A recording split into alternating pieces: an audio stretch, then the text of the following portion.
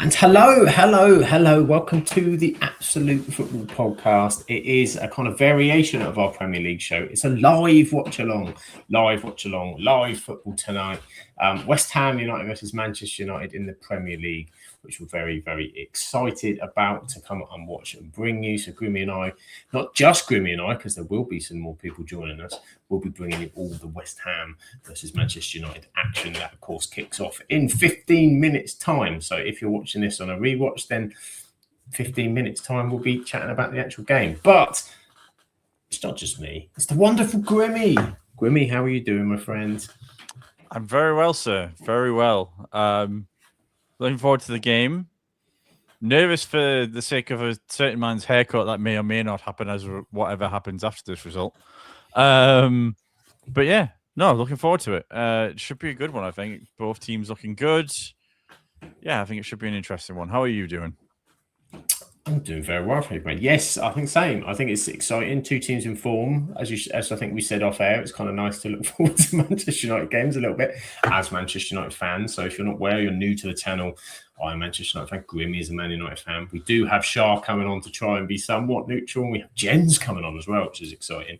But we're fair. I think we're fair judges of the game, aren't we, Grimmy? You know, it will come clearly from a Man United perspective, but you know, we'll give you an accurate view of what we think. You can tell us whether we're biased or not.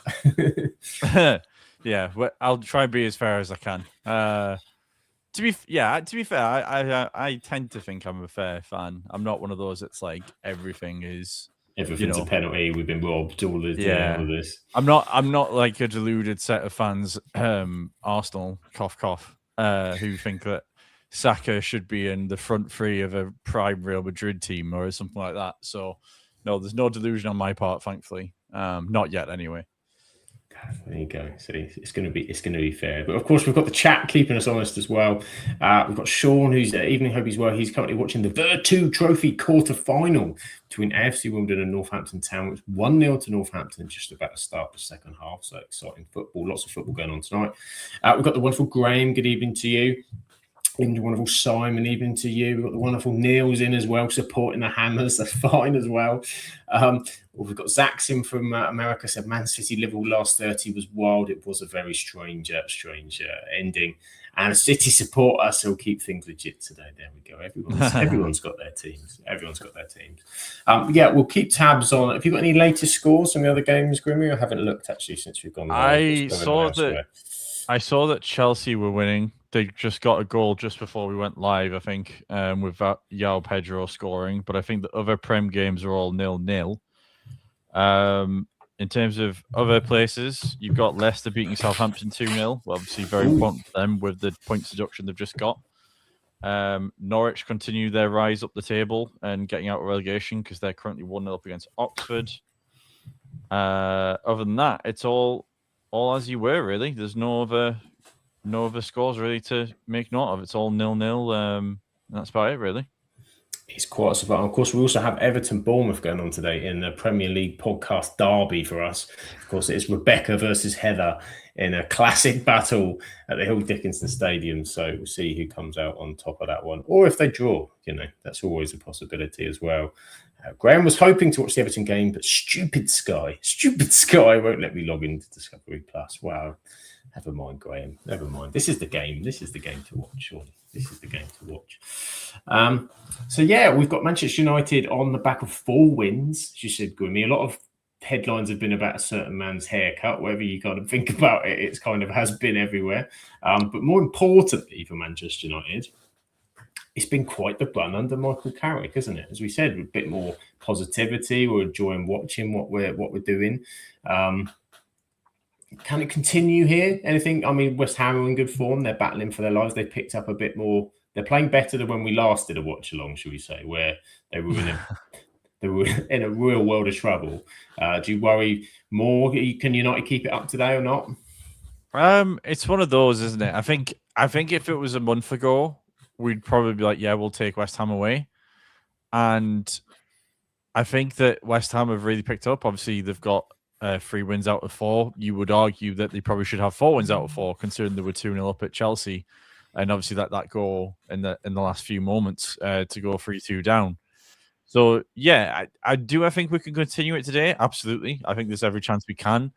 It's not going to be easy because obviously the form that West Ham are in, and we haven't enjoyed visiting the London Stadium over the past few seasons. I think we've lost 3, and we haven't won. I think we've only won 1 in 6 games against West Ham. So I've mentioned it before a couple of times when it comes to us in West Ham that it's kind of they're kind of one of the bogey teams for us in sort of the past 5-6 years, and it would be a nice monkey to get off the back, as it were, to obviously if we beat them tonight, because we've said it before, haven't we, so many times on this podcast that mid-table teams or lower-end teams, the past few seasons we have really struggled to get by them, and I think West Ham's kind of a perfect example of that. And it's another test for us. Like I mentioned a couple of times already, the form they're in, it's not going to be an easy game. I honestly think they're a similar level of team at the minute with the way they're playing to what Fulham are in that sort of top 7-8 in terms of form. They're definitely up there at the minute, so they'll be up for it, I'm sure. Obviously, if they get a win and then something happens with Forest, they're equal on points. So, it's a big game for them just as much as it is a big game for us trying to keep the top 4. So it's nicely poised, I think, to be a good game, I think. I think you're right. And even more excitedly, someone's joining us as well. Already, the wonderful Jen is here. Hello, Jen. Hey. How are you? Hey, how is everyone? Very well, very well. Good, of course, you? I think Jen and Grimmy, this might be your first podcasting together experience, which is very it exciting. is. Yeah. Great times to be had. Depending how it goes, it might be the only one. So Might not turn up again. Jen, I'm not coming back on this Tuesday night nonsense. No. I'll stick to what I know on a Monday without this craziness. So how are you, Jen? Are you okay? Yeah, I'm all good. All good. Got the Morecambe game on as well as the United game, so prayers may be needed in half an hour's time, but This is it. We're getting reactions from everywhere. Tamworth, so it's a must win today. But then so was Saturday. What happened? This is it. Every game's a must win. Literally. It's got to be done. We've got Graham giving us some podcast latest. Port Vale 0, Stockport 1. Yes, of course. We've got a goal for Claire against the bottom of the table. And we've got Ben's winning as well. The wonderful Ben is winning currently at Eastbourne. So there we go. There's podcast football everywhere. So if you're new to the channel, that is the teams that people on the podcast support. It's not just we just picked a random selection of teams that we've done together. We're winning. There we go. Asking you shall receive. There you go. That was a class goal as well. Oh, come on, guys. Look at that. I'm not saying you've only been on the pod a minute, Jen. I know. You've got a goal Maybe already, I need to do a pod when I'm not at a game. So anybody wants a live stream on Saturday, let me know. This could be the new thing, live watch-alongs to the end of the season to get Morecambe out of relegation. This is the whole plan. Sadly, it's not for everybody because Sean's at Wimbledon have scored against Southampton, but we can't have it all. So, Grimmy, should we have a look at the team? Shall we? Michael Carrick's gone unchanged with the same team that he's played in the last 2 games. That means Mbumo continues up front with Cunha, which I'm very... by the way, I taught my daughters the Cunha celebration. That's become the new thing. They put the Cunha. We're just dancing Cunha around the... It's either dancing Cunha or I'm walking around like Obafemi in WWE. That's my 2 things at the minute. But it's classic. There's an image, Sam. Thank you for that. There's an image. Slightly off topic, but that's what my life's been about this week. But then in the West Ham team, so they've obviously got Castellanos up front. They've got Bowen playing. They've got some of it. Who are the players you're worried about from the West Ham side? Because some of it was picked up a little bit. Bowen's always constantly a threat. Yeah, I think it's those 2. I think it's Bowen and Somerville. I mean, Bowen, for as long as I can remember, has been the main threat for West Ham. He's probably been the one that all the West Ham fans have been pinning the hopes on to drag them out of games and get something from them. Not just this season, but for a long time now. So, yeah, Bowen's got a bit of a good record, quite a bit good record against us. I think it's 3 goals in the past 5 against us. And then, like you say, Somerville's got 6 goals in all competitions out of he's scored in the last 6 games in all competitions, I should say. So yeah, I would say that those two are the main threats. But it's strange because even with Paqueta leaving, I think they actually look a lot better. It's strange. Like maybe it's just him being a bit of a detriment to the dressing room with how he was. I don't know. That's me maybe going a bit conspiracy tinfoil hat there, but they seem to be a lot better and a lot more handbrake off, shall I say. Very much on that. Midfield's a lot different now. I think now they've got Freddie Potts in there as well, because I think it was the criticism what we had a little while back when we watched them, that they were very kind of robotic and easy to play for in midfield. Where you say you got Souček back in, but Potts, and you got Fernandes seems to have played a bit better for them as well. Battle of the Fernandes tonight as well, as Bruno takes on Mateus and our old friend Wan-Bissaka, of course. Will be with us as well. But yeah, something about, I don't know, because as you said, Grimmy, we've lost here the last 3 seasons. I don't like seeing those bubbles in the warm up. It just reminds me of bad times that have come PTSD before. from balls. And there you go. This is it. We have the wonderful Dreeties with us in the chat. Hello, Dreety. Hope you're doing well. And yes, Simon has picked up the song that we won't sing on stream, but feel free to sing it in the chat if you want to join along. And a goal has gone in. Rebecca leads the podcast derby.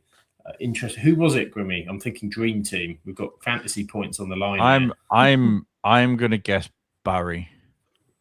I haven't actually seen who scored, but I'm gonna guess Barry. It was Ndiaye.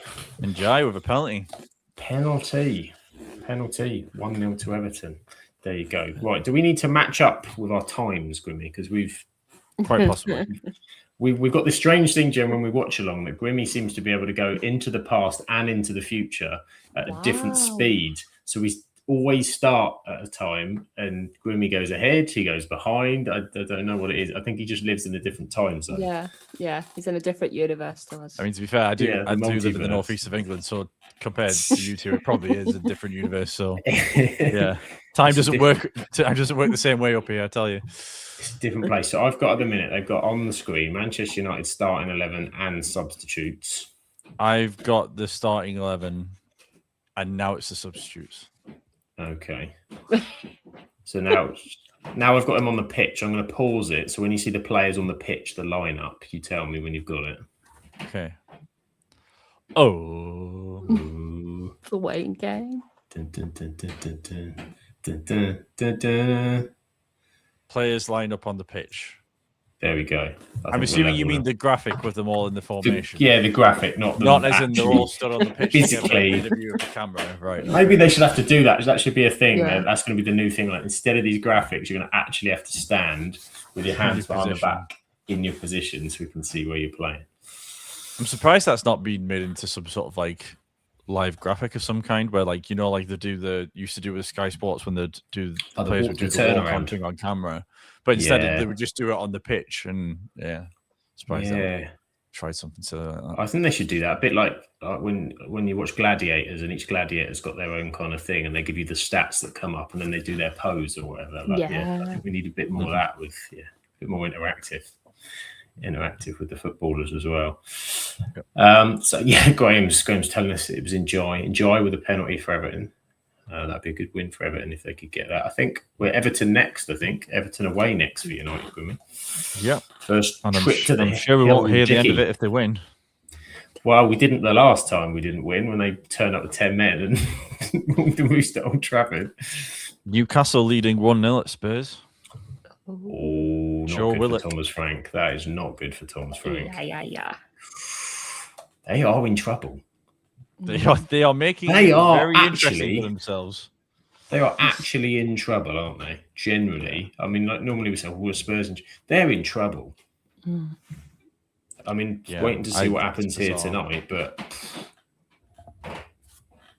and they've got a lot of injuries, but still. Yeah. It's not going too well.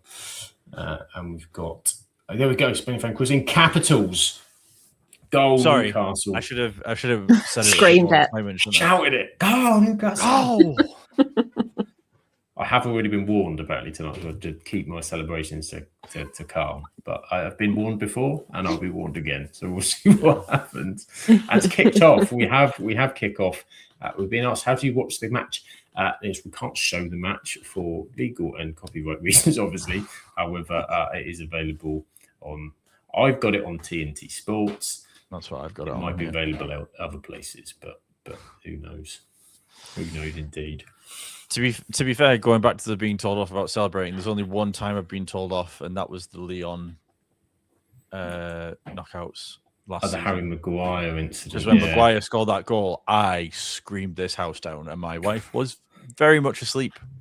She wasn't after I started screaming the house down. Oh.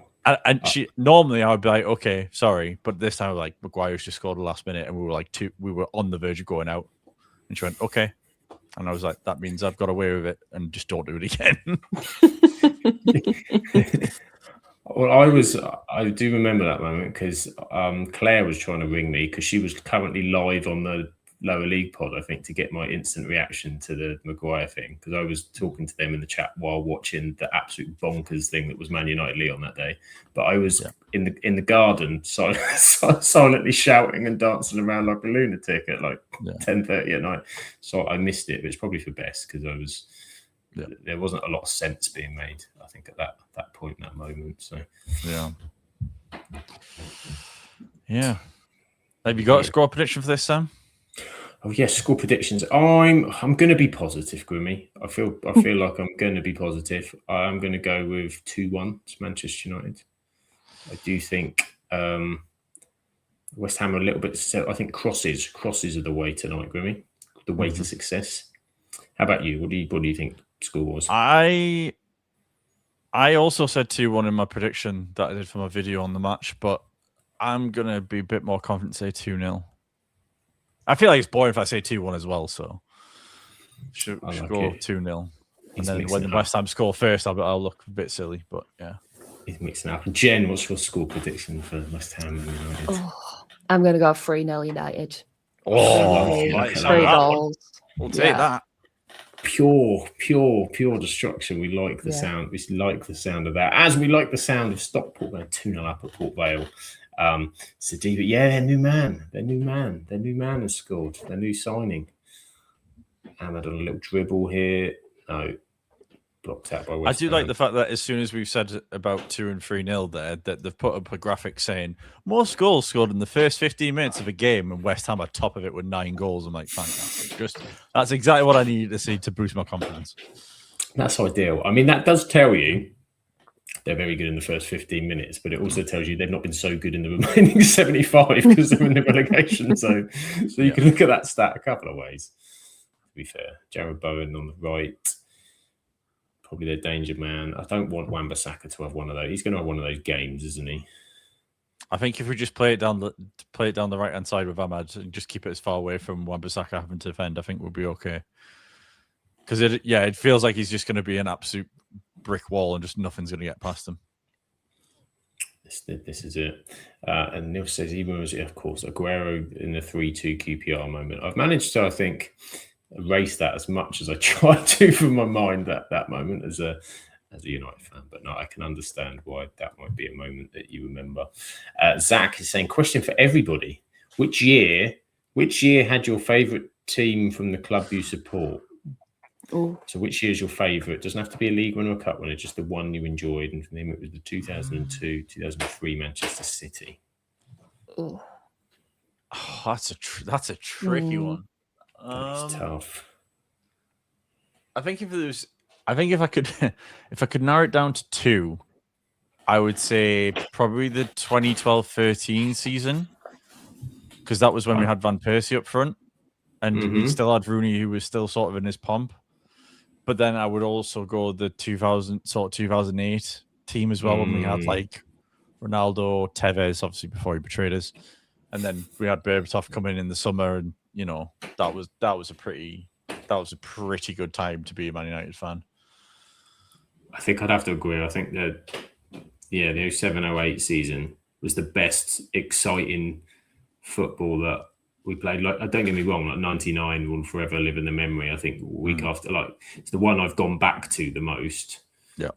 From growing up, like watching the games in the season and all the moments. I think from a moment's perspective, but like maybe I was like 12, I think, for there. So probably Maybe afterwards I appreciated that more, but the 2007, 2008, there's just electric. As you said, like that Tevez, Rooney, Ronaldo front three was just scary. And on top of that, you had Keane, Scholes, you had like Carrick in there, you had Park Ji-sung, absolute. Yeah. I love that guy. Still love that guy. Like, just could run for days. And then, I say Ferdinand. I think it's one of my favourite one-season players that we've had as well. When we had Hargreaves, when he was fit. Like, he was just a rock in that midfield. It was mental. And obviously we had everyone in the prime, and then Wes Brown at right back being like the best right back we've ever seen. Yeah, and by the way, never gets the credit for a Champions League assist on his left foot. It was a left-footed cross from deep for it. Ronaldo gets it because obviously he jumped like a salmon at the back post. But Wes Brown on his left foot, Champions League assist, can't beat it. Jen, what about you? Your favourite year as a Morecambe fan? I'd probably say the 21 season, the year we got promoted, because even though it was during COVID, it was one of them. It was a special team, and everyone was very much together throughout that. And I think it's one of them memories when you go to Wembley and you win and you get promoted. It's one of them that I think sticks with you for life. And I just remember it being so hot that day. We were like right in the sun as well. And I was just like, I'm going to go home with sunburn. Woke up the next day and I was sunburned everywhere, but I didn't care. We got promoted. I was just like, it's fine. But yeah, I will melt for this. I will melt for this. No pain, no gain. Literally. There was lads with like shirts off and everything. It was one of them days where you just know you'll never ever forget that kind of experience. Yeah, that sounds incredible. I think so. If you sometimes the weather or something else that adds to that day, like that you'll never forget, is always like it's always amazing. Oh, Luke Shaw at the top, no nothing. Grimmy, game wise, what do you think so far? It's been a bit cagey. Feeling each other out.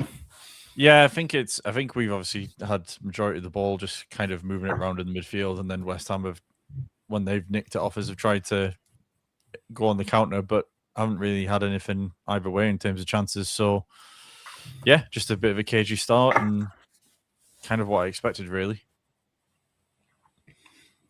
Yeah, I think so. I think it's going to work for West Ham because they're most dangerous on the kind of counter, I think, anyway. So I can see us having more of the ball, should we say, than we've had in recent away games. But then the last away game we played was at the Emirates, so it was a slightly different makeup. Yeah. But like the Fulham game, I thought we were going to have more of the ball than we ended up having. But I think Fulham are obviously a lot better on the ball than maybe West Ham are. So I think if there's ever going to be a test of us having more of the ball and having to create something against someone who's kind of setting up to try and keep us out as best as possible, I think this will probably be the first proper test of that, really. Yeah, I think you're right. And I think as well, flick header, no, just wide. And I think as well, Fulham were really good playing through the middle. I think they exposed our gaps quite well. Yeah, they did. So Somerville with the cross in, and it's a flick header from Bowen, but it's gone past the back post. Lamans has comfortably left it, but first half chance for West Ham. And so Zach's just closing off our chat on this. It's always fun to look back at favourite club years, type of teams that solidify your love for the club and support, helps you in modern times and stuff. It is. Everyone's got their season they can look back on or go back to, even when the current season might not be doing what you want it to do, or current seasons, depending on who you support, I suppose. So who would you say, outside of obviously the usual favourites like your Rooney's and Ronaldo's, who would you say like your favourite player would have been? Oh, United are in. Bruno's in. He's knocked out of the bar. Is he offside? I think he was offside. Yeah, he was. He was offside. Outside of that, I was always a massive fan of Paul Scholes. He wasn't offside, actually. I think that might have been all right. Interested to see that. When the lines are drawn, he messed this finish up anyway. I was always a Paul Scholes fan, I think. I loved his sort of touch, his passing a lot with the ball, just so clever and beautiful to watch, the timing of his runs and things, and just the subtlety of some of the things he did. And then he had some phenomenal goals as well. So I always had a soft spot for Scholes, and I did like Ryan Giggs when I was younger in terms of his footballing just quality all over the pitch. He never lost the ball. He was always so great with like close ball possession. But we've had so many like cult heroes. You know what I mean? Even the ones that come in briefly. Like I loved Van Nistelrooy. We only got one real proper season of Van Persie. The second one he was injured, but that was just. Yeah. But I say even just the cult heroes. I remember Henrik Larsson coming to us for 4 or 5 months. I love that guy. Yeah, he was there for like 2 months, wasn't he? And he played like 6 games or something. Like, yeah. I say for me, I think outside of like the usual suspects, I think my favorite player, sort of the 2010 season, I think he came in was Hernandez. There was just something about him, and how I remember we signed him, and then Mexico were playing in the World Cup, and he came off the bench and he was rapid, and I was like, we've got a player here. Like if he has this much effort on the pitch for us, we'll be doing great. And I remember his first goal. Was quite comical because it smacked off his face when it bobbled up. I think it was the Community Shield against Chelsea. The Community Shield, yeah. And he was like sliding across 6-yard box, totally mistimed it, just smacked off his face and went in and went, yeah, he'll do for me. He's fine. I remember it, definitely the Community Shield because I was at Brands Hatch that day watching British Superbikes, so I couldn't watch the game, and I was checking it on my phone, and I saw that he scored, and I was like, I can't wait to see this goal that he scored to win, because I think it was like before, like you get the live text, all I had was like a teletext like scores. Can't wait, and then I watched it. It was just the most ridiculous, comical debut goal you'll find. Yeah. He just got on the end of things though, didn't he? He used to be like he was very good off the bench and. He did, yeah. He was almost like the modern version of Solskjaer, that sort of guy you could bring on to get a goal and kind of a clinical finisher when he needed to be. I think he was one of those really. One of his other goals that I always remember was the one against Stoke when he headed it backwards. Like he had no right to get it on target, but he was like he just basically flung himself in the air, put his head backwards, and somehow went in. And I was just like, yeah, don't let him shoot. This drives me nuts though, because we conceded a goal just like that the other week. We didn't get out to him quick enough. I thought that was a bit daft though. Some people having to go at Ugarte for that goal that Kevin scored. I was like, what's he? How is he's flung his body at him? If he gets it round him, like I don't really know what else he's supposed to do. Yeah, he was kind of wrong-footed quite quickly with that one, wasn't he? But Zach started fucking City because of Kinclancy. He was a player. Had to get tape shipped to me from America. So my friend who lived in Peterborough, Georgie Kinclancy. Have a bit of that. And Rebecca's hit up the toffees. No. Up the toffees indeed. Heaven's going to be in the chat in a second. This is it. I think if I'm right, Everton win today, they go above Liverpool. Is that correct? Yeah. Until see what happens tomorrow. But if and it's a big if, obviously, but if Sunderland keep that home form going, that unbeaten streak going at home, I will be delighted. I think we'd all be delighted. I think we are definitely all Team Ant tomorrow night, that's for sure. Yeah. For that we're all Sunderland tomorrow, aren't we? Awesome. Yeah. Oh, there's another one from the past. Alano. Do you remember Alano, Manchester City? The Ericsson year, and then Petrov down the wing as well. Yeah. I remember Stephen Ireland as well. He was a good little player. Yeah. He was a nice little creative player. He was a right little battler, wasn't he? Yep. Sure was. So we've had a couple of moments for West Ham so far, Grimmy. We're not say that one was on the edge of the box, probably better chance than the Byron one slightly, but not seen a lot from United attacking wise yet. A couple of seem to be playing a lot of direct balls, haven't quite worked yet. Yeah, it's an interesting tactic to go direct against West Ham, I think, because I think they've got the means to deal with it. But it'll be interesting to see if we I think we need to maybe up the pace a little bit, like in terms of the passing, maybe just move it around a bit quicker, but it's a bit ploddy at the moment, isn't it? Yeah, we're 50 minutes in, so I'm sure we'll change it when he needs to. The genius that is Michael Carrick. It'll settle and it'll. And I think that's been the key of the games where we've been good. Is where there's that intensity and the way that we play, and I think it's suiting players when it's like people like Dallo. I think Dallo is better when the intensity is there. Also, it helps the fact he's playing right back recently. I think it's made a big difference to him, but. I just think it helps because he's a sort of another one when it kind of goes a little bit ploddy, whatever, then sometimes concentration or, the odd error can appear. But ball over the top. No, he's onside Cunha. Poor ball inside. And looks like the attack is over. And goal for Northampton Town. Tom Eves, just over 15 minutes left in the Virtue Trophy. There you go. And there you go. And there is the wonderful Shah. She's coming to be with us soon. She's finishing the pasta, getting that the energy and support in the voice. I had, you know what I had for lunch today, Jen? And it was one of those impromptu lunch because it was at work and the boss was down. And I thought it was going to be Meal Deal City from the shop.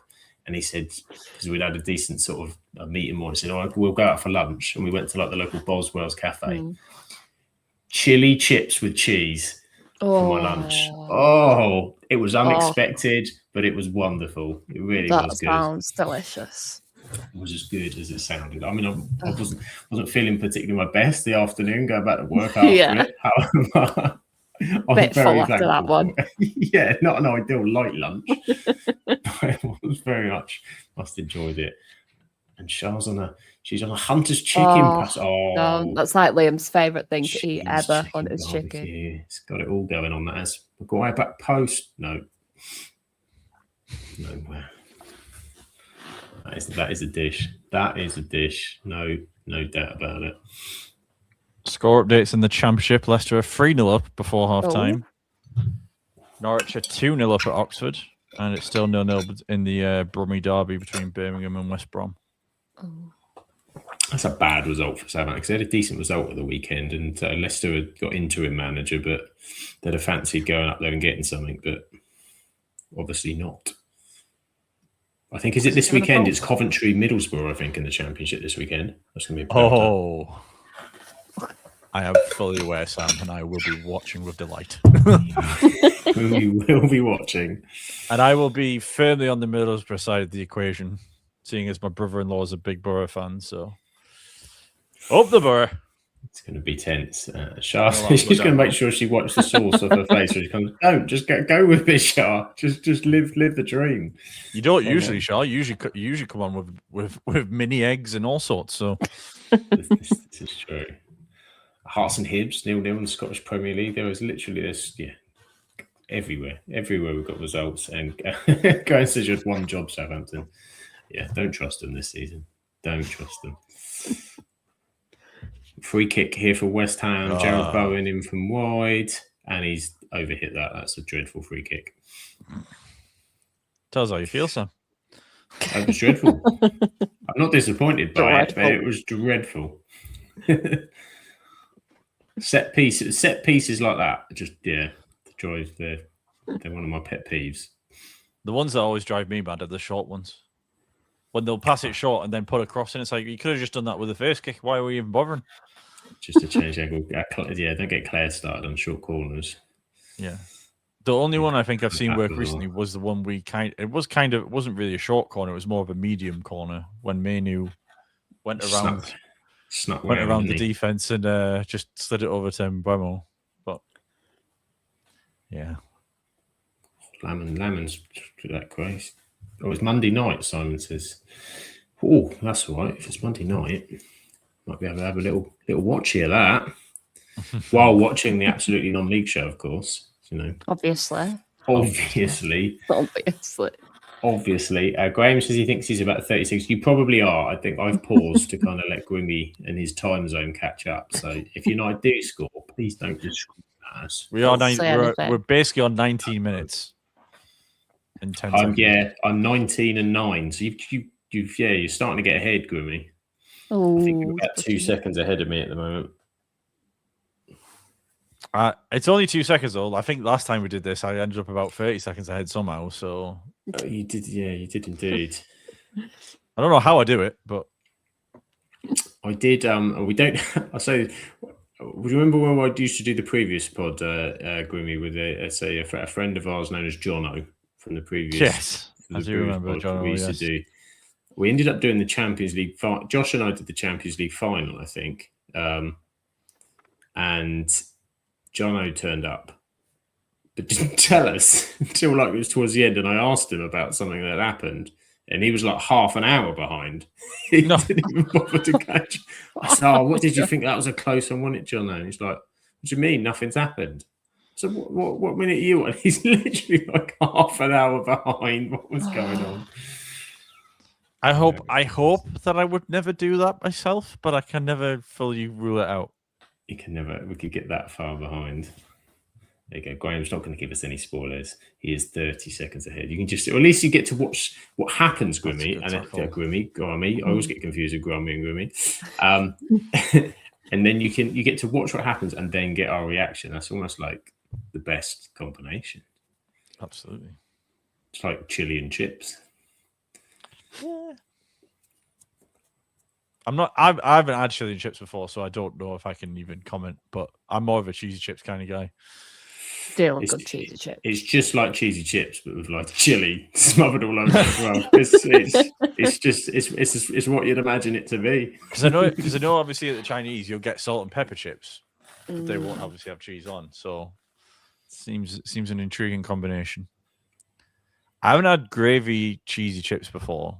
That feels a bit too weird to me. Like gravy and chips, obviously I've had plenty of times in my life. Probably more times than I should admit, but I think if you had the sogginess of the gravy and then cheese as well, I'm not sure that two for me would do. I like Oh!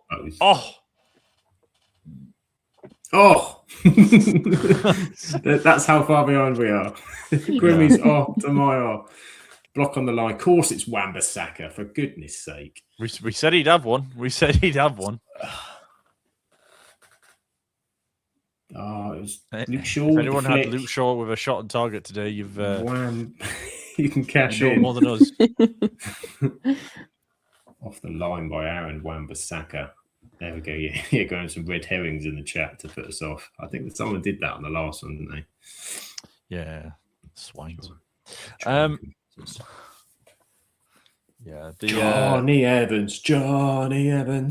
I was waiting for it.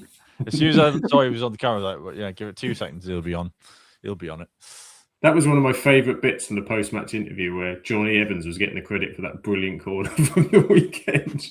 It was like, yeah, well, Johnny's now working with the set. I was like, Johnny Evans came up with that. I love the guy already.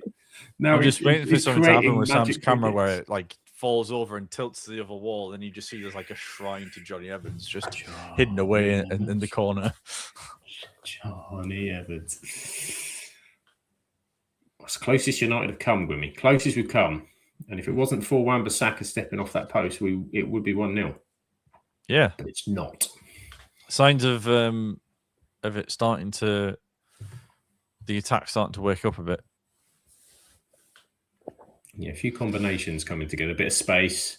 Shaw's dropped in nicely there into a bit further afield of the midfield.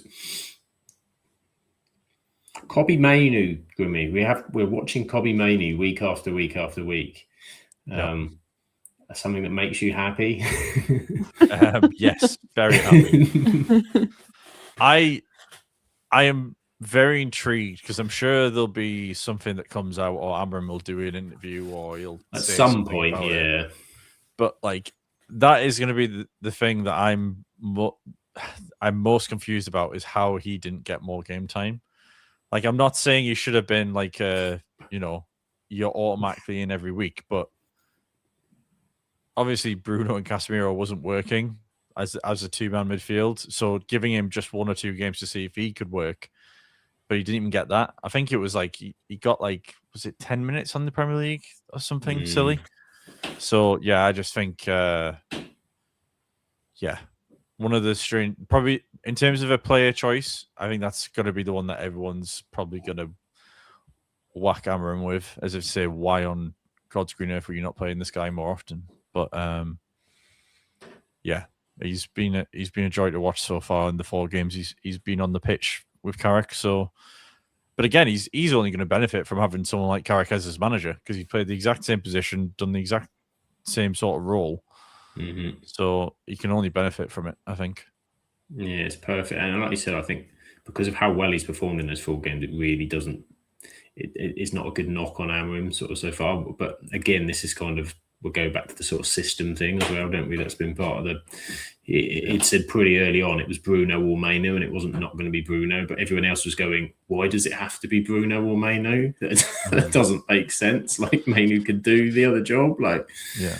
And I think, yeah, it's lovely to see, because it did look at one stage like he might have to leave, which I think no United fan really wanted, because that's a shit Oh, Cunha there, surely to a lot pull of on Kurt, and I don't, nothing given. Mateus Send him off. Fernandes, and very rude.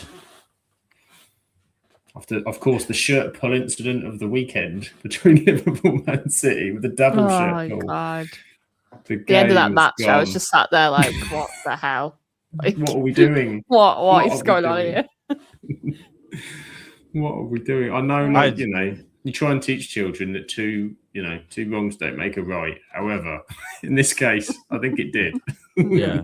I didn't understand what everyone, like the pundits that you see like on the various media outlets, all complaining about the fact that the right decision got made. And it's like, you've been complaining for so long that the wrong decisions are getting made, and then when they eventually make the right one, it's like they still can't do right. It's like they're onto a hiding to nothing, I think. But I get it. They applied the rule in terms of what there's there, but it's like, when we were all told about what VAR was, it wasn't this. It wasn't like, these kind of decisions are just sort of creeping more and more. And you just be like, just let it go. You get it. There's not restful. He's applied the rules in terms of what it is, but you just think, imagine the furore if it was 1-1. Do you know what I mean?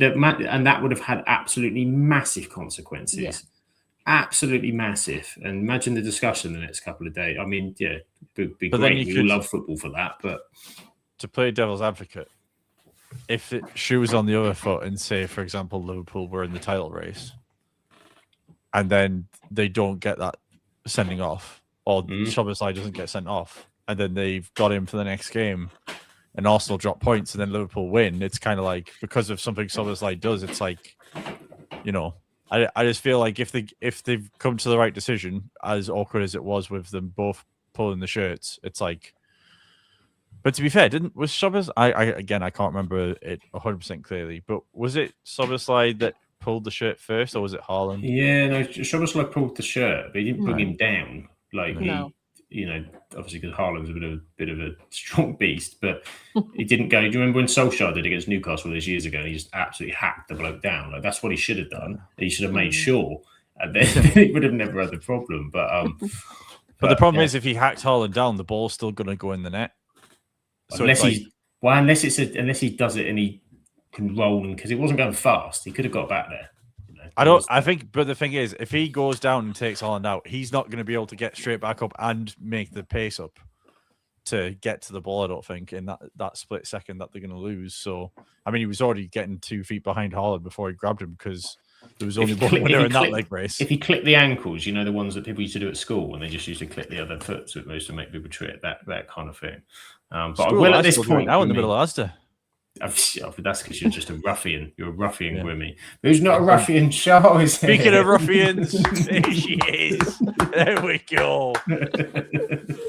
Grimmy with the cheeky segue. Yeah. I timed that really well, didn't I? Yeah. Oh, your voice is coming back. But I still sound like Sean Dyche or Tyson Fury. One of the two. How are you, Shaw? You okay? I'm good. How is everyone? Yeah, not doing too bad. Yeah, you've got us on a sort of dinner chat, so we kind of all turn to food. Just to talk about me taking out the elderly in the middle of Asda shopping aisles. It's all right. I do the same. Hate shopping. Honestly, I can't cope with trolleys as well. I get really, really angry with a trolley. So I'm just like, this image of you just swearing at a trolley as you're going down the aisle. Yeah.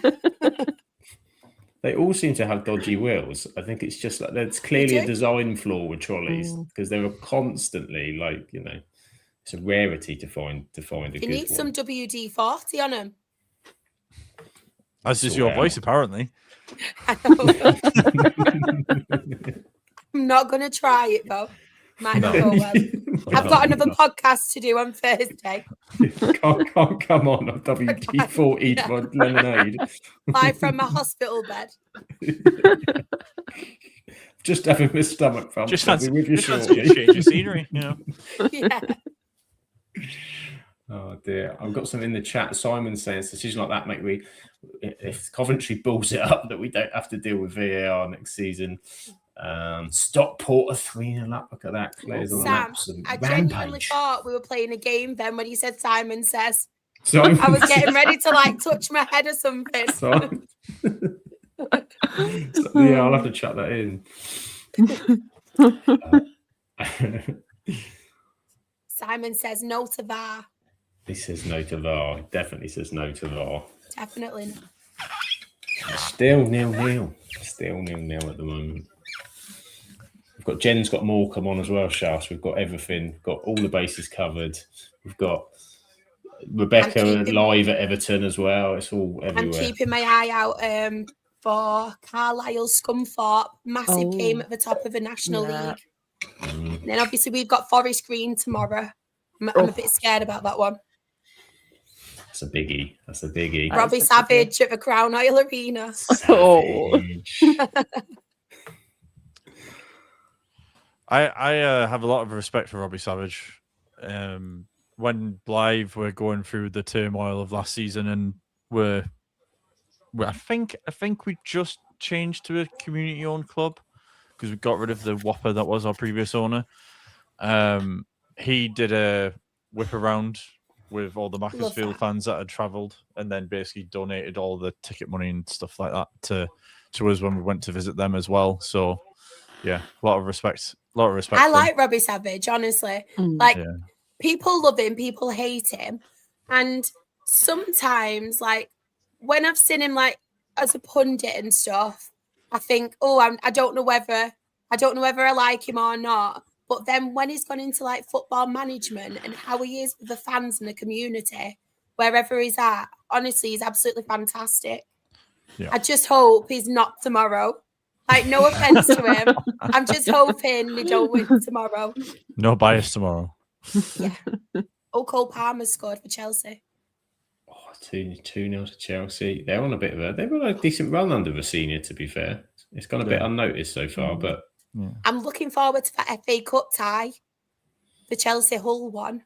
That should be a cracker. Back at obviously Hull. Obviously, he was Hull manager, wasn't he? Yeah. It's a nice little story, isn't it? The madness of that decision to let him go. I know. Yeah. But you look at them now. They're doing well, aren't they now? Yeah, they are. Yeah, absolutely. Crazy though. Like they were on the verge of relegation the season before. He comes in one season, gets them on the verge of the playoffs, and like,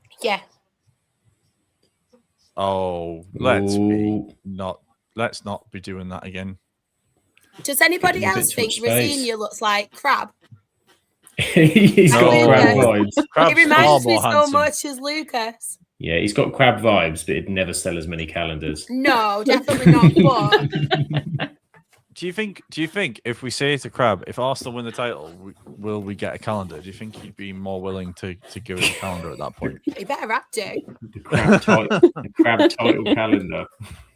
I'm wondering that's where he is now because we've not seen him in so long. He's like traveling around the world doing his poses. Imagine he comes back and it's him from like Timbuktu with a towel on.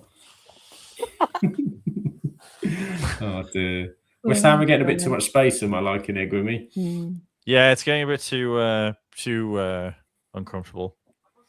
Mind you, I'm feeling a bit uncomfortable here.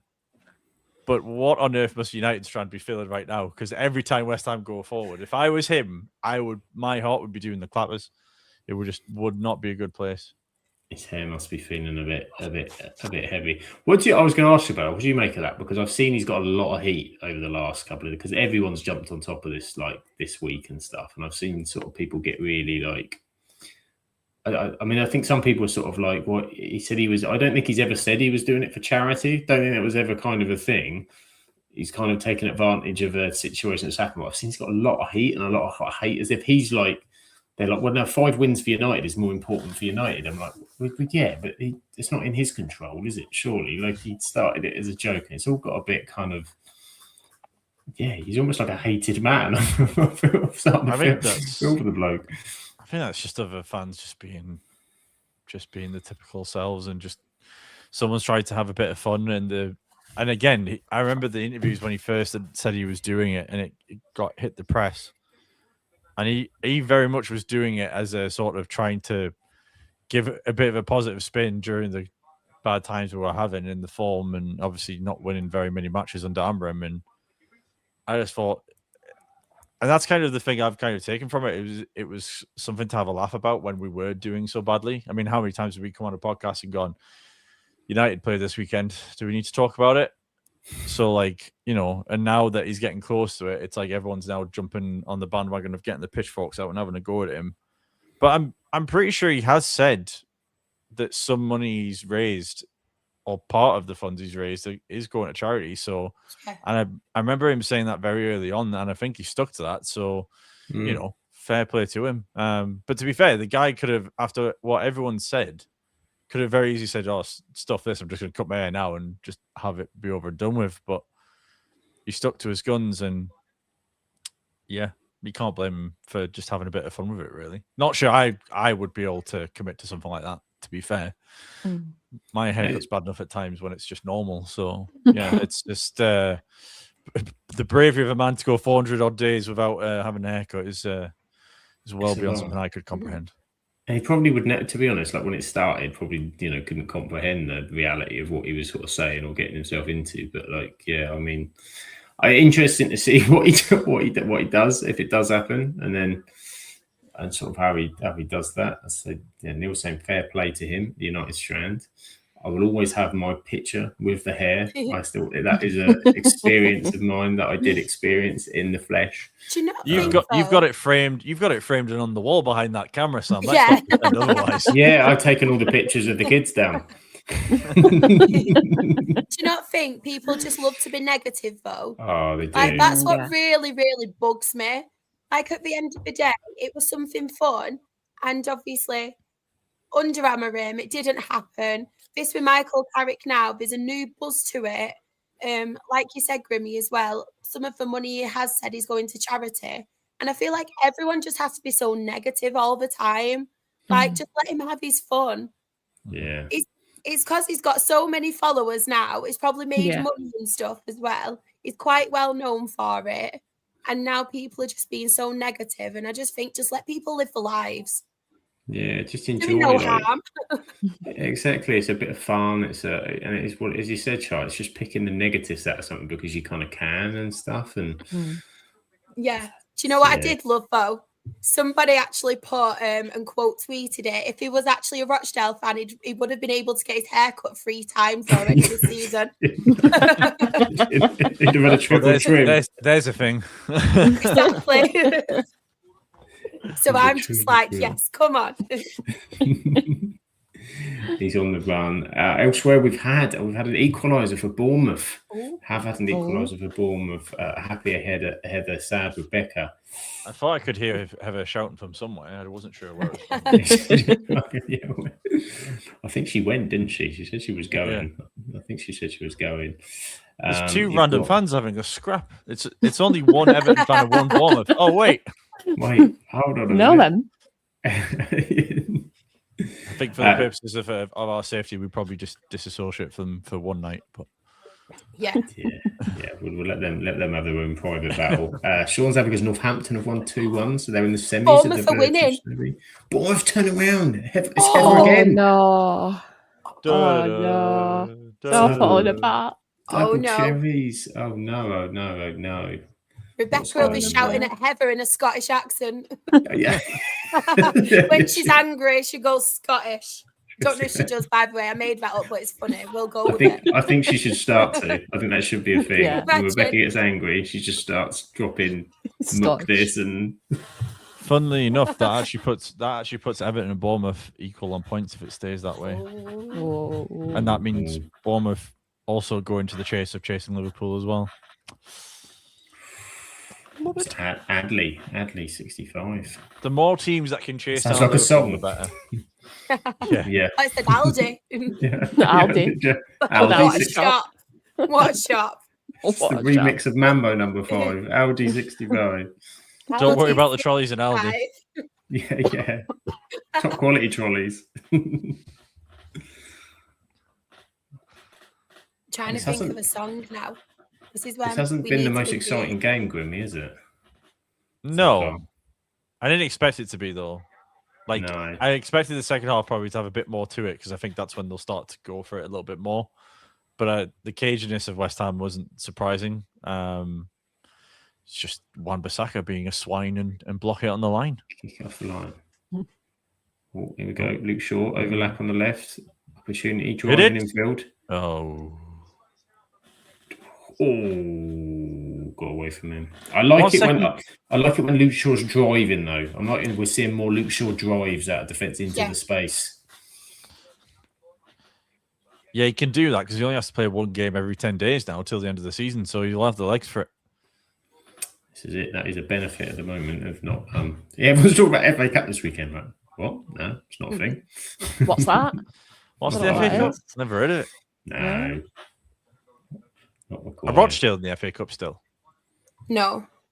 Sorry. I didn't York beat us first round. Well, technically not first round. We got to the first. Oh, was it? We have to do a qualifier. Did we even do that, or did we get beat in the qualifier? Can't remember. Pretty sure not in it. Qualifier. Yeah, we've got Yeovil away in the league. Sorry if I brought up a bad memory there. Wasn't my intention. Oh, no, don't worry. We always get beat off York. Yeah. Always. And this is true. Graham says watch-alongs are always good, but they are. We've seen some classic Turner at second half. Ooh. Kicking into gears. We've got some updates, Sam. Leeds have pulled a goal back, penalty, and Gray has scored for Tottenham, equaliser. Oh, Frankie needed that, didn't he? He did. Mm-hmm. He did need that. We've got, what else have we got? We've got, oh no, he spawned a equaliser against Maidstone. Bore off. Oh no. Get out of it. He wasn't confident, no, Ben, to be fair. In the chat, they kept saying last night, like, easy win, and Ben was like, no, if anyone's gonna end up losing, they're one of his bogey teams, isn't it? Yeah. Yes. He's struggling as well, Eastbourne. Come on, Maidstone. Yeah, there we go. Archie Gray, 64. I feel dead proud of myself because I'm beating Chris to the scorelines. Charles Vinny Printers quicker. She's on it. She's on it. It's Chris's connection all the way from North America. You see, and Charles got it. I know he's back in the UK now. Oh, he's back in UK. He told us, last night. He's returned. That's even worse, isn't it? Yeah. No excuse. Should be back on it. No excuse now. Tell you what, sometimes the Sanders just slip, don't they? Peter 1-0. Do you know what I'm worried about tomorrow? Because we've got, I've told you guys at work, we do this, we've got this competition going where we have to pick 4 teams every week we have to pick a Premier League, Championship, League One and League Two for who's going to score the most goals that weekend. And we've got a running table. Whenever's like last ends up, basically they buy a round of beers. It's nothing to, it's not like we destroy them or anything.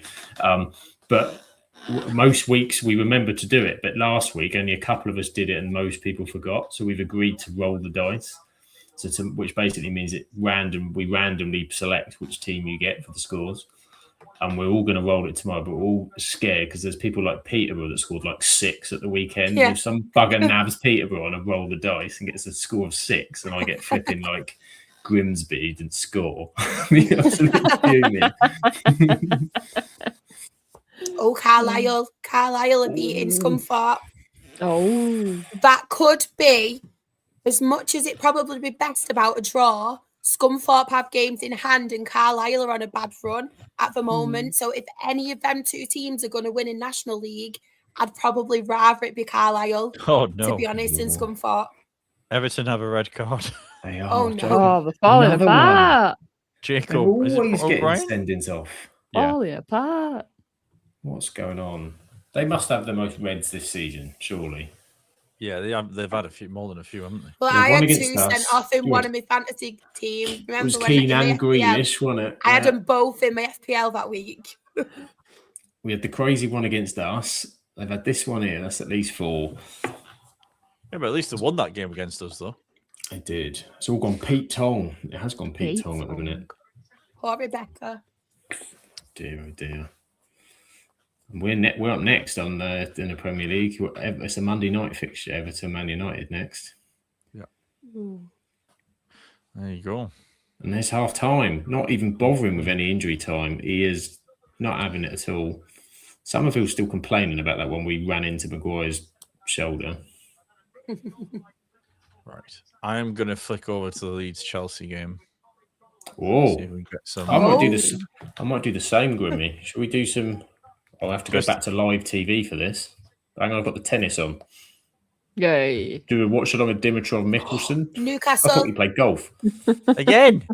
Newcastle 2-1. Good Lord. Ramsey. I'm gonna flick over and get that goal here. I'm never gonna usher the words enthusiastically "come on Leeds" out my mouth. But if there was ever a time for them to get a second goal, it would be most appreciated by me and Sam right now. It would be. We could do with that. Ramsey's given it. He's well happy with that. Right. So we had a breakaway for Tottenham. Oh my God, what's he doing there? So whoever it was fell over the ball, didn't really pass it straight to Newcastle, stood with his arms up. Newcastle have come back in response. There's so much space in the middle of the pitch. God, this is a long highlight. Where's the goal coming? They just let them in the. It's softer than cottage cheese. God, they've just wandered through the middle of the Tottenham box. So it's going well for Tottenham then. Oh, that's awful. It was a bad attack, and then just absolute. Eddie Howe's up. Eddie Howe, that's big for Eddie Howe as well. To be fair. Yeah, definitely. I think I'm gonna stick with Tottenham Newcastle then, Grimmy. If you stick with Chelsea Leeds, well, we don't really want to watch them talking about Man United West Ham where we can't hear them. Jim McNulty didn't win Manager of the Month. Stuart Maynard did. It's just I'm buzzing. This is what it's come to. I'm hoping York have a curse now. Leeds. Sorry, who's watching Leeds? I'm so sorry. Grimmy. I forgot you were watching it, Grimmy. I'm so sorry. It's on mute. Can't hear us. I'm just trying to beat Chris. We've lost you, Grimmy. I put it on mute whilst I was adjusting the mic. Sorry. I've totally forgot. I'm so sorry. No, it doesn't bother me. It does not bother me. It was just a bit of a bad scramble in the penalty area, and then I don't know what Sanchez was doing. Like Sanchez kind of comes up behind the defender and the attacker and bundles them over, and then the ball falls to Okafor and he just taps it in. So bit of a weird one, but a Chelsea collapse. And we've got what's Sanchez doing? Like, I just don't understand. He just needs to stay in his 6-yard box and he's got everything covered. Oh, we're not giving handball for that, surely. Don't be doing that. Don't be silly.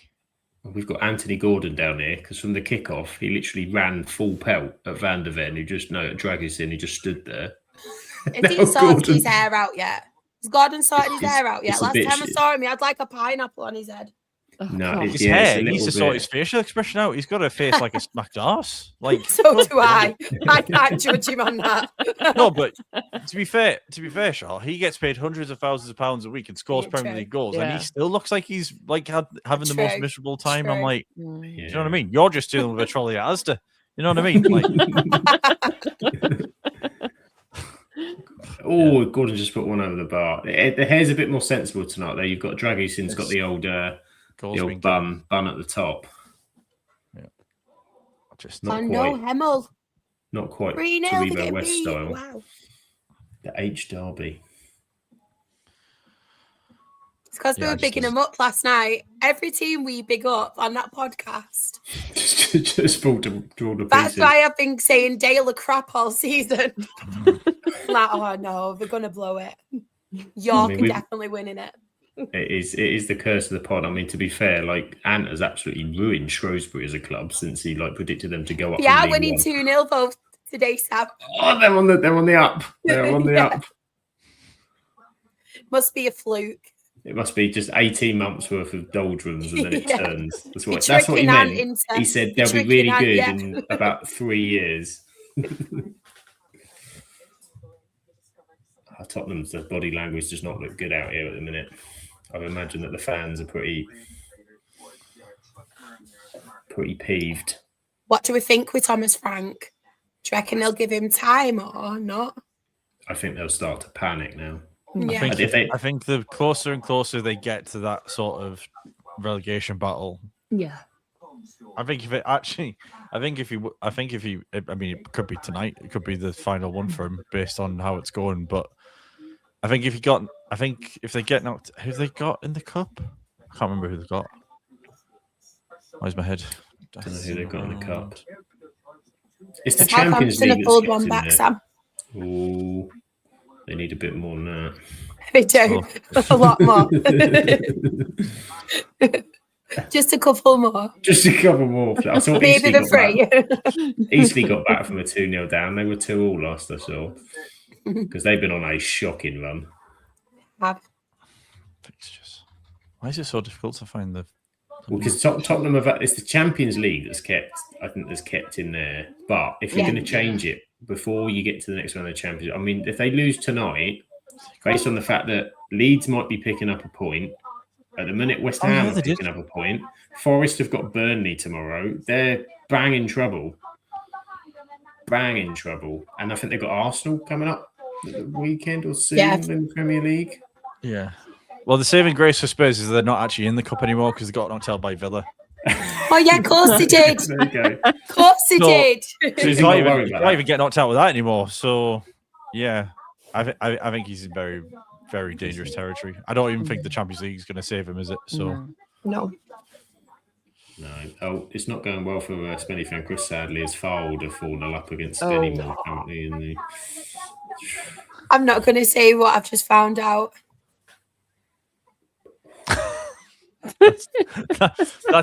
that could mean a bunch of different things. Chris has put it in.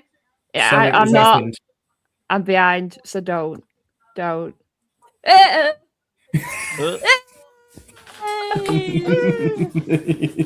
Big Jim Bentley. Big Jim. Private taxi. Yeah, Still got his private taxi, but he's driving to training every day. His private taxi. We love a Jim. We love Jim. Love a Jim. There you go. Yeah, and Chris has been reprimanded in the chat by Graham.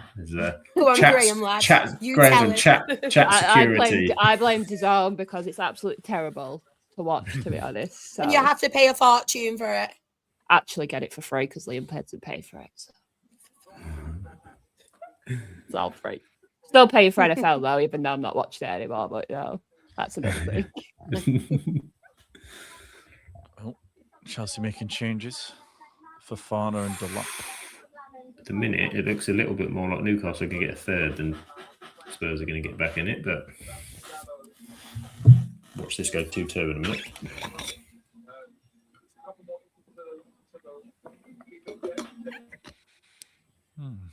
I've just seen the Leeds goal. It's just popped up, and that is a bit strange. Isn't it? That is a bit bizarre. Yeah, like I don't think Sanchez needs to come out and do anything. Like he just bundles into his player and the Leeds player and leaves the goal wide open for a tap in. So very strange. It is indeed. Neil asked, to be honest, I'm going to leave that one alone because we've got Paul and the women's football show tomorrow, which I'm sure we'll be talking about the whole N.A. Aluko thing. So I would leave that to their very capable. Can I just say, Sam, that Laura Wood statement was really, really good. That's all I'm going to say. But she articulated it absolutely perfectly. She did. It was really good. Honestly, she's a gift that keeps on giving, that woman. I'm not even going to go into it, but wow. I know. To be fair, I haven't seen I've seen clips of the TalkSport one. Oh, so Jordan. That's going to be my cup of tea after the pod. Honestly. Make two cups of tea. And bring a biscuit as well. A cheeky biscuit. Cheeky biscuit. Yeah. Cheeky biscuit. You need it. Here we go. What's your biscuit of choice, Sam? What's my biscuit of choice? Oh, mate. Oh. Depends on the occasion. Are we talking for dunking or are we talking for... I'm just talking, if you fancy a biscuit in the middle of a Tuesday afternoon, what are you plumping for? What am I plumping for? If it's a Tuesday afternoon, it's probably...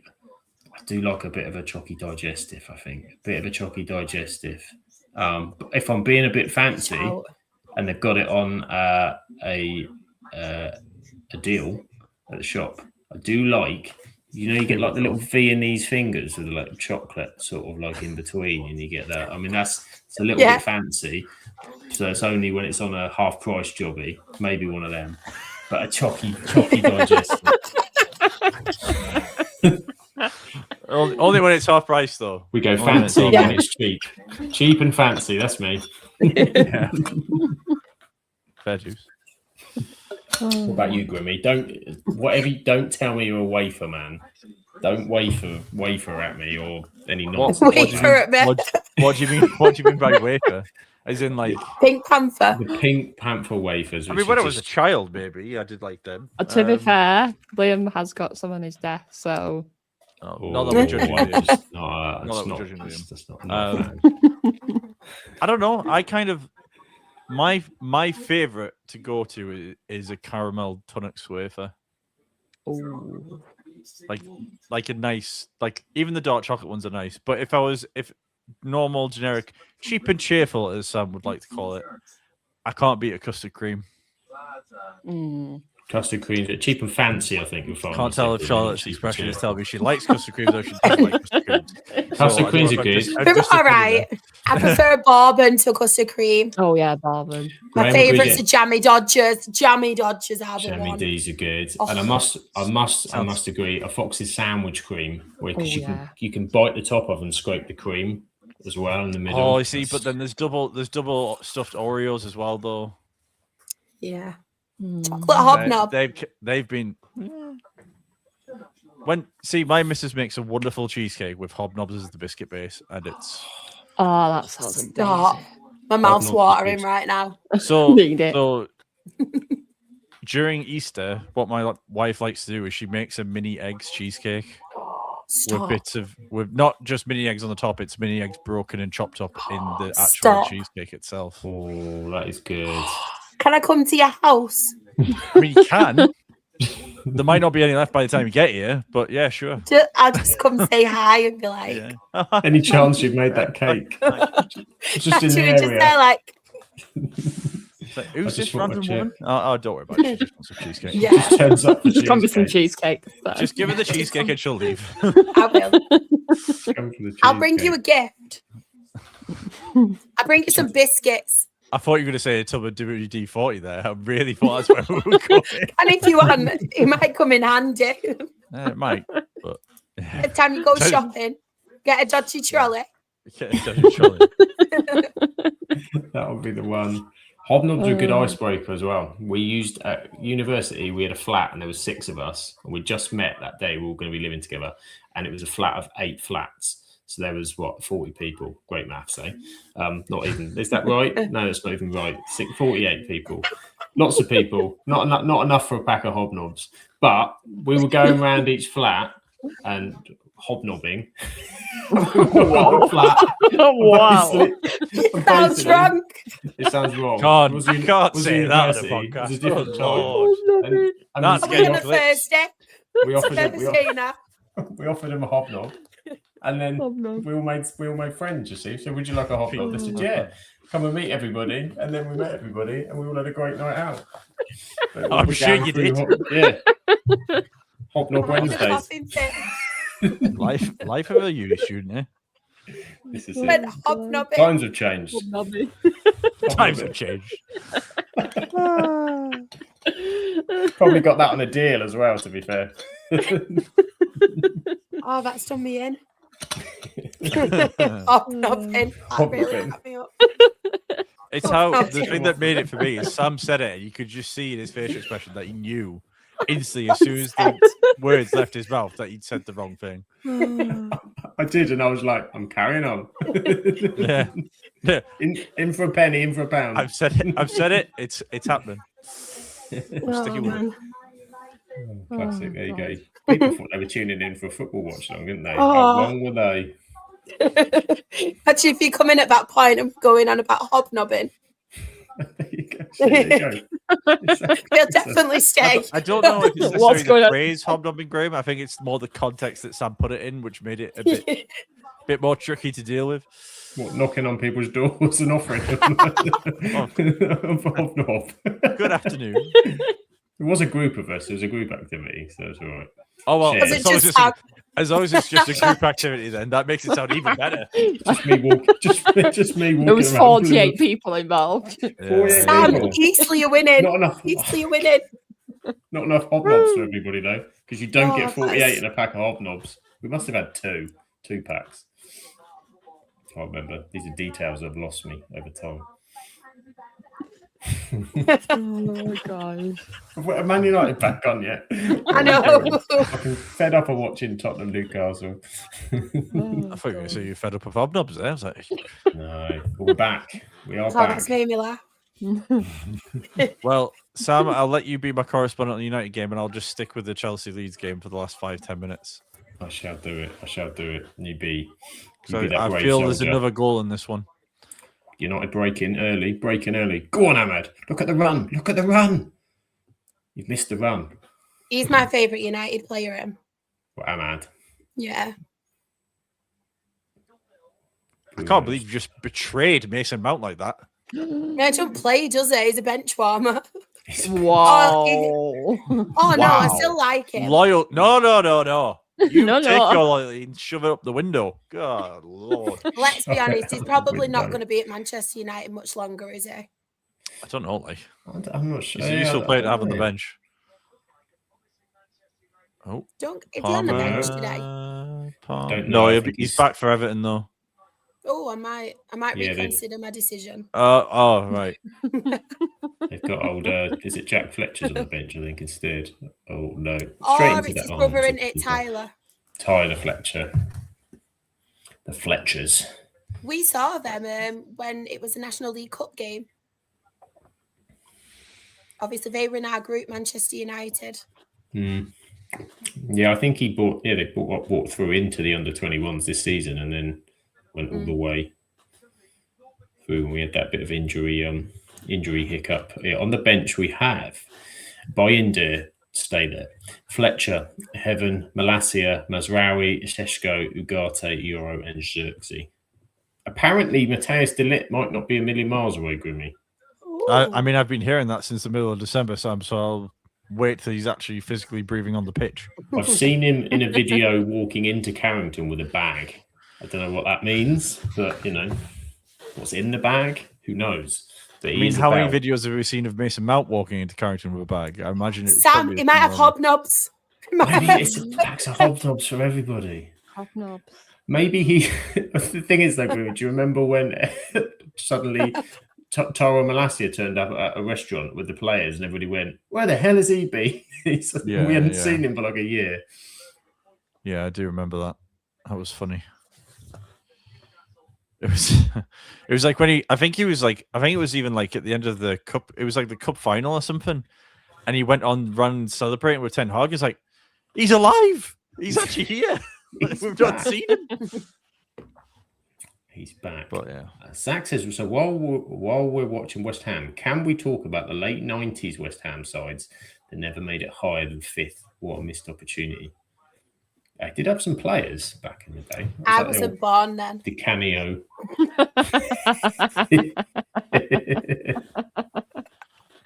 I'm not sure I needed that information in my life, to be honest, Sean. Kind of struck me down a little bit. Wait, hang on. When were you born? Exactly. I believe you believed it. I know, but I never assume a person's age because I either get it spot on or I'm dramatically wrong when I estimate a person's age. When people ask me to guess, I either get it wrong or I'm like spot on. There's no in between. I said Sam was 50 at one point, so outrageous behaviour. The amount of times though, with having Rebecca on the podcast, I'll say something and I'll go to ask Rebecca a question and I'm like, Yeah. Why am I even going? I'm talking about people we that make way references to before your things, and life. she's just sat there blank expression. She looks at us and like we're talking about old TV shows, and she's like, No. Wasn't it the Christmas podcast where we talked about Die Hard? Grimmy. Thomas Socek scored. Oh no. Oh, You no. kidding? That's not looking good, bruv. Crossing, got in front of it's the happening defender. on mine now. Got in front of the defender. We didn't stop the cross. Oh, too easy. We said Too 2-1. easy. Well, you said 2-1. Bloody bubbles on the screen. Sam starts to Get rid of sweat the profusely. bubbles. They can your shove the bubbles. Shove your Where the bubbles. sun don't shine. Stick your bubbles. So it's a long ball out the back. That's a chance, Chelsea. Luke Shaw's, we've not dealt with the ball. He's run off of Luke. Luke Shaw's dived in. It's all Luke Shaw. This is a mess. Martinez has got caught, so he can't go out, which means he's got a free cross in. He runs in between Mainu and Martinez. That's all Luke Shaw for me, that. Fantastic. He didn't win the ball in the air. He then got dragged out. Graham's telling Chris off.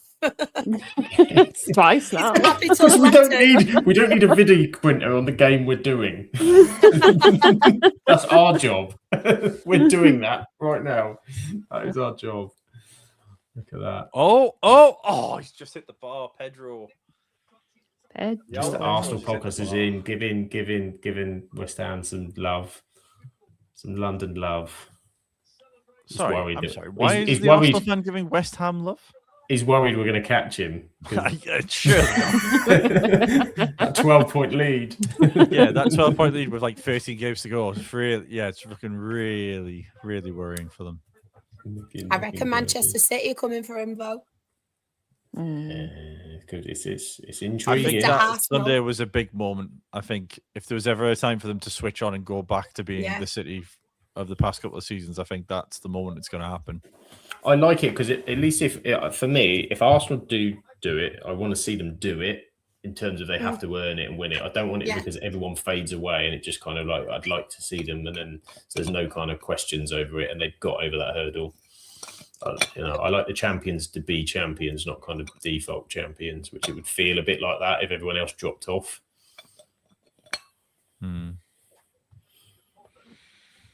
Graham.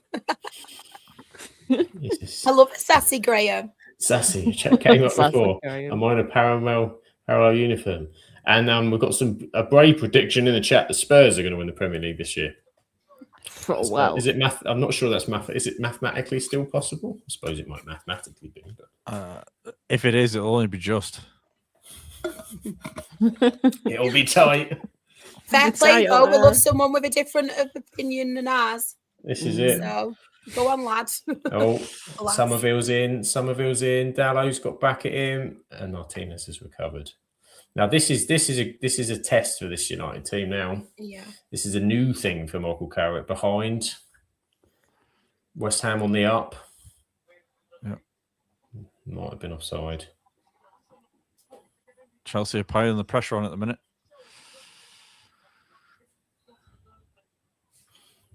Simon says we had a 10-point lead to Borough at one point, and now we're second, so it is possible. It is possible, but we would have to win all of our games, and Arsenal were different, and we'd have to get past City and Villa as well. So it's a bit different. Johnny's saying, "Who's our dream signing for United in the summer?" I don't really have one at the minute, to be honest. Good players. Can't believe Johnny hasn't mentioned me in the United chat. To be honest, I'm not sure. I'm not sure. No! Cole. No! Cole Palmer. Cole. You sausage. You are 2 yards out. That's Carnu levels of a bad miss. That. Oh my days! How has he missed that? He's like He's like 2 yards outside the goal. That's not Cole Palmer, is it? That's not what he does. Oh, it's too tippy-tappy faffy. No, we he has to put that in. Tippy faffy. Oh, but Mainu's on a run. Little flick. It's a bundle. Go on, Bruno. Stick it in the box. Little chip. No. Oh, Dallo on the edge of the box is going over the bar. No, it's smacked up someone's backside. I love the Dallo commentary. again. Crossing. Great Oh, commentary. Dallo and crossing. My God, that man. Overhits The right it back that every could time. cross. That's probably maybe my sign. Yeah, Antonio Valencia. Carlisle He's- 3, Scunthorpe 1. Oh. I'll take that. Like I said, I'd probably rather at this moment in time Carlisle get the 3 points and Scunthorpe. Carlisle would be the ones. That's a bad pass. Oh, I'm loving the belief in the team. I just looked at the table. How are we 16th? Spurs are better than Arsenal. I love it. It's got to be. I keep running into players. It's very congested in there on the edge of the box.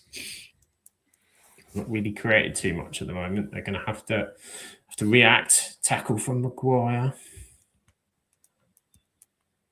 Oh, that's a foul. Oh, that's a silly free kick to give away with a minute to go. Tippy taffy faffy. Get it on a t-shirt. Get that on a t-shirt. It's a future merchandise opportunity there, Sam. So many opportunities. So many opportunities. Let's just leave the hobnobs at home, though. Yeah, no hobnobs needed. Southampton have pulled another back, Sam. It's 3-2. They're on the road. On the road. I reckon they could get another one, you know, Southampton, because Leicester aren't in the best form. No, they'll be a bit nervy now. Bowen's going down the outside of Shaw. No, we've got Grant says is it 0-0? No, it's not, sadly. It's 1-0 to West Ham. It's 1-0 to West Ham. Blades rambling as well. Evening to you. Thank you for coming in and joining us. And Zach says, have you guys been enjoying the Olympics? I haven't seen any of it, to be honest. I've only seen bits and pieces. Time it's been on. I saw that the one, the whole girl with the ACL that was in the. Oh, that was Well, awful, that was wasn't awful, it? wasn't it? Yeah. Should we do a That's all. podcast Olympics? We should do, shouldn't we? We should do. I'll be the Snoop Dogg at person that curling. gives the medals because I'm not sporty, so I'll do that. Or I'll dress up as a mascot. As a mascot. I have heard As a though the mascot. medals are dodgy this year. The medals keep falling apart. They've got problems. Because they've come with from them. me. Demon. Those dodgy thingies. Demon. Oh, Dallo's been burked. He could kind of come from behind. Free kick to West Ham on the edge of the box. It's not like Dallo to get booked, is it, Sam? No, Casemiro's had a go at him. Casemiro just sort of Boys, looked at him go on, and Cas. clearly said to him, "What the piss and hell are you doing?" Yeah. That's what I read. The Portuguese that was. Oh, it's finished. It's finished 2-2 Chelsea. They should have won it though. That when you see the Palmer chance, you'll be thinking, how on earth has he missed that? Genuinely. That was it. Lindsay Bonds says in the chat. Johnny says, Grant says, I guess he's not getting the haircut. Do you know what'd be funny is if United didn't win, he was like, I sod it.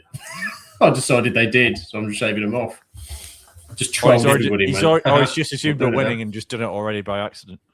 To be fair, though, I still don't think United, you know, like when you've seen United games before and you've been like, oh, yeah, here we go. Don't think they'll come back. Yeah, you Carrot, fancy. I still fancy them to score. I think if they can manage this little period here where West Ham are sort of buzzing around a little bit and we're patient, I think if they can get an equaliser leaving about 15 to go, then yeah, still possible. Yeah. What's really the minute and seconds you're on, Sam? 57:46. I'm 16 seconds behind you. That's okay. I'm We can behind deal with as that. well. We But can I'm deal with behind usually in life anyway, so what's mentally, physically. So Mr. Arsenal says that what a huge point for Leeds United. That is a huge point. Yeah. That is a huge point. And as we said about Spurs, though, if this does stay the same, West Ham with a win, Leeds with a draw, Forest with Burnley tomorrow, they could potentially only be 3 points off the drop. Yep. What's happened here? Oh, Bruno's got like an elbow on the side of the head there. Ooh. That's what he does. Just He was going back to Leeds as well, I feel like a lot more people need to give Daniel Farke some more credit because I know, obviously, when he was at Norwich and he didn't really adjust to the Premier League, did he? quite well. And I know they do have better players, this lead side. But I think he's done really, really well this season. He's tried to adapt that little bit more compared to obviously when he was in the Premier League with Norwich. And I don't think he's really necessarily getting the credit he deserves, because before they even kicked a ball this season, people wanted him gone, didn't they? And they wanted Jose Mourinho in at Leeds. That was the rumour. So I just wanted to give him a little bit of credit. I think he's learned, hasn't he, from his sort of previous times, and I think he's done a really good job, to be fair, because he was getting kind of branded, I worried for him a little bit if this was going the way it started to go at times at the start of the season. He'd be labelled as a championship manager, and this might be his last foray. But fair play to him; he has done a good job, and Leeds look really good at the moment. Cobby Mainu driving into the midfield. Where's he going? Where you going, Cobby? Where you going? The thing I never got about the criticism with Farke was the fact that he only ever managed Norwich City, who never invested in him in the league. Yeah. So it's like, I don't understand how you can think he's not going to be a good enough manager when he's never got the backing. Yeah. It's not like Scott Parker, who's come up with a bunch of teams from the Championship. And different ones, yeah. Yeah, it's just... And he's still not really adjusting, Scott Parker, is he now? Like, he's still not. He's so stubborn. So stubborn. Yeah. 3-3, Southampton. I know, I don't. Yeah. Do we reckon they're going to win? From 3-0 down. How long will be left in that one? God, Leicester. Cost comes in. Back post, Maguire headed back across. It's 87th minute at the minute, so every chance. Imagine the scene, so if Leicester end up getting relegated with this points deduction. I know there's obviously teams below them who are struggling. They're only just out of it, Leicester. But surely, imagine League One. They're just being in the Premier League. Crazy, isn't it? They might. I mean, they're going to make an appointment soon, aren't they? I must imagine. And you imagine. Oh, he's killed him. Send him off. She chopped down the greatest right winger United's ever seen. No, I was going to say to you, Grimmy, that Harry Maguire was marauding down the right wing again. We know what he does. Oh, look, he could have broke his ankle. Look at him. Boo! You're saying that's a grim show. Like, these EFL results are mental today. They are. There's lots going on in the EFL. Fortunately, we have another show to talk about it on a Thursday, isn't it? It's almost as if we plan for these kind of events. And we need somebody in that 6-yard box. It might be time for Benjamin. I think we need. I do think we need something to get the ball into. Oh no, poor Ben. Go on. Benny Sisk. Not that Ben. Our Ben. The other Ben. Oh, it's Donna losing. But Johnny. No. Oh. It's not happened on mine yet. It's not happened yet. Wait for my reaction. I can't do it for that long. Sorry. I'm not sure if he's. Oh! Hey. I think he's offside, Grimmy. I think he's offside. Don't do it to me, Samuel. I think he's offside. Don't say that word. Don't say it, Samuel. It depends. Even Casemiro's like, he's not sure. Casemiro's just done this as if, like, I don't know. Now, the question is, no, he's offside. Is Wan-Bissaka behind him? He's offside. Oh, no. But I think his leg and his head is in front of Wan-Bissaka on that angle. But Wan-Bissaka has long legs. Maybe there's a cheeky spider leg. Unless it's the angle of the camera, but I don't think it is. Yeah, the camera, the angle they showed. With our man again. He got it. He got it right. He got it right. Thank you. Let's remember that one. We remember it well, don't we, Simon? I'm not getting involved, Grimmy. You can have that battle tonight. Oh no! If Simon starts shaping up in the chat, I'll just ask him what the gap is at the top of the championship now. Wow! Oh, that laugh was horrible. Is that short like a villain? Sounded like a Bond villain on the chair with the cat like that. Disallowed, Grimmy. Oh. Bloody hell. It's another Casemiro header, you know. Good header as well. Nice little ball from Toby Mainoo too. My uncle's just texted me saying, "Put the Clippers away." Put the Clippers down, man. Put the Clippers down. Like, yeah, I can get the haircut this week, and now suddenly you can't. Oh, it's a good ball in. Yeah, he's offside, isn't he? He's born 3-1. Oh no! He did say, to be fair to the lad, Scunthorpe have got one back against Carlisle. Oh, I might watch it. Oh no! Carlisle versus Scunthorpe. Yeah. No, I'm a closet red. Remember. It's not very closet at this point, though, is it? It's not, is it? It's really not. When you start to name other players than Mason Mount, I think we've got to a point. Oh no, I do love Ahmad. We need to come. Oh, Simon, rare. What's he chatting? What's he chatting in the chat? Oh, Grimmy's coming for you now. He said, "At least I can remember the last time my team were top of the league, Grimmy. I mean, the whole of the 90s and most of the noughties." We were top of the table a few years ago, weren't we? I think we sneaked. Yeah, Solskjaer, wasn't it? New Year's Day. Yeah. New Year's Day. No, there was Ten Hag. We were top at one point with Ten Hag. Did we? Like it was a very brief period. I think it lasted no more than half an hour. But... Oh, we got the line through. Yeah, it's his knee. Oh, it's the knee and the shot. Oh, it's not. It's very tight. Who scores with a knee, really? He is offside, though. He is offside. It's a conspiracy. Outrageous behaviour. But it does show the FA do not want this man to have a haircut. No. Confirmed. Yeah. It's not allowed. No. The fact that an Arsenal fan's come in the chat, though, and said, "Isn't this great that West Ham are winning?" That's just blown my mind. I think he did say, to be fair, he has a family who are West Ham. He said so. Well, yeah. Well, I have a family member who's a Leeds fan. That doesn't mean I want Leeds to win, though. I mean, tonight might have been an exception, but yeah, I have family that are City fans, and I hate them. Hate them. It's West Ham are sitting compact. When I moved in with my grandparents, I was 7 years old, and I hadn't really watched much football at that point. But basically, my granddad asked me, "Who do you support?" And I went, "I don't have a team that I support." And he was like, "It's Man United, or you're living in the shed." So that was it, basically. I love it. 7 years old, my choices were limited. Really, couldn't really fend on my own. He'd literally be like Harry Potter, but in the shed. Yeah. And I think he would have done it as well.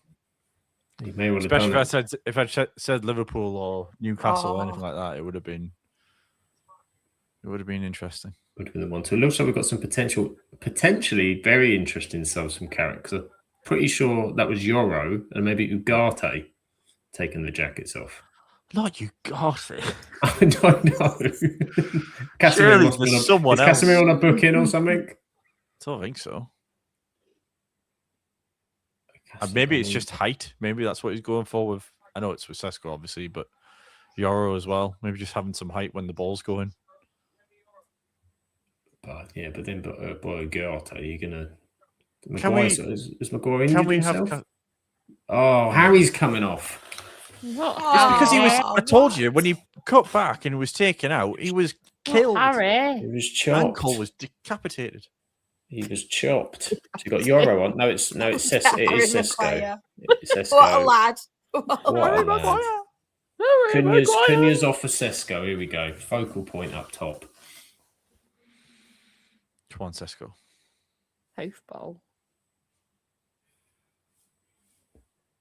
I love how people were questioning whether Yoro was going to be in the squad today, and then his response was to put a picture of like the River Thames and then a giant Godzilla version of himself walking across it. Like, okay, I think that means he's there.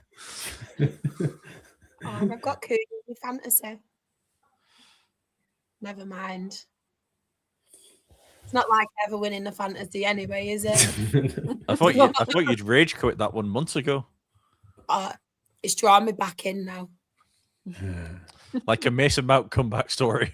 Exactly. You know it.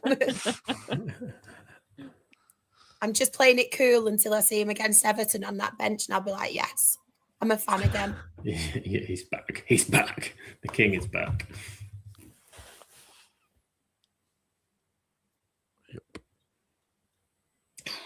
It's like Alan Wilson who's come on.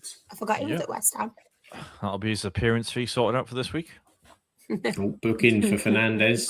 Southampton. No. They haven't No done way. it. No. No. Leicester No way, man. Collapse. Wow, Leicester. Oh, Unbelievable. no. Yeah, Grimmy's not Grimmy. Graham has gone with Sesko on every little. I'm gonna have to change my name, aren't I? Because This Grimmy Grommy thing.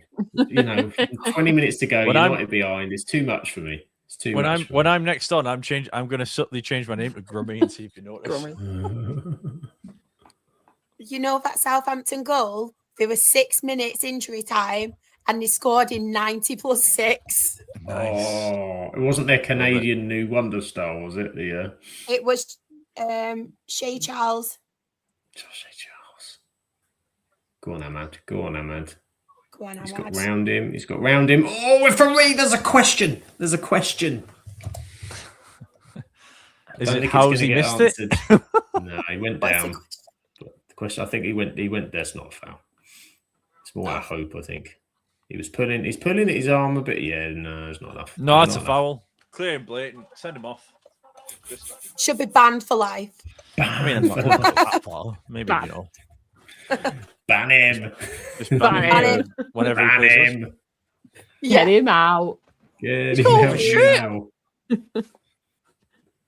Can't do that to Ahmad. Good lord. Standards of refereeing these days. Down la toile.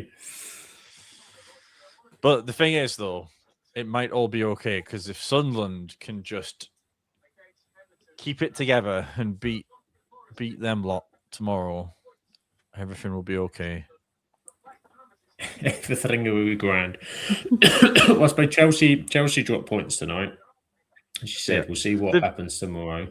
But the thing is, we were always gonna lose a game of football at some point. The question is now is if we do lose today. Obviously, I know there's still 20 minutes and injury time to go, but like the real test is how do they bounce back from it? Are they able to just switch back into it, or? Well, this is what's mad because United will lose this. If United do lose this game, everybody then, piles on with the fact that as you said, Grimmy, you're going to lose. It's just got so much publicity because of the haircut nonsense stuff. Mm-hmm. We've won 4 on the trot. There's a time that comes to an end, and then you've got to go again the next week. So even like if we're being realistic, like a draw from this perspective. Chelsea drawing where we're at West Ham are playing really well.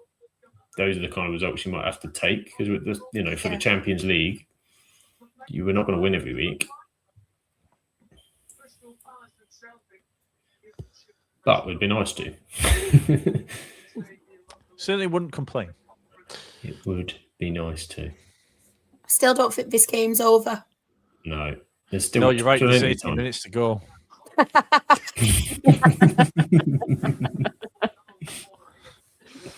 And that's Sean never doing a watch long. There you go. And Dreety loves a 90 plus 6.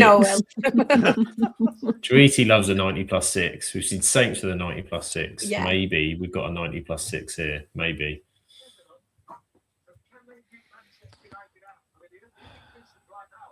Come on, lads. Come on. Make sure wide. I'm at the point, Sam, that if they score, just tell me. Yeah, mate, if they score, I can't guarantee that we're going to be able to hold any emotions in. No. It's going to be pure. We know how emotional a man you are, Sam. I'm very emotional, man. And I haven't even Don't be hobnobbing, no. I haven't even had any hobnobbing. No hobnobbing. I'm on nothing but water tonight as well. Yeah, the emotions are flowing. We'll cross in. Oh, that's a shit ball. Oh, here we go. Long throw time. Hey! And Brown's just been killed again. I thought he scored then. Yeah. No.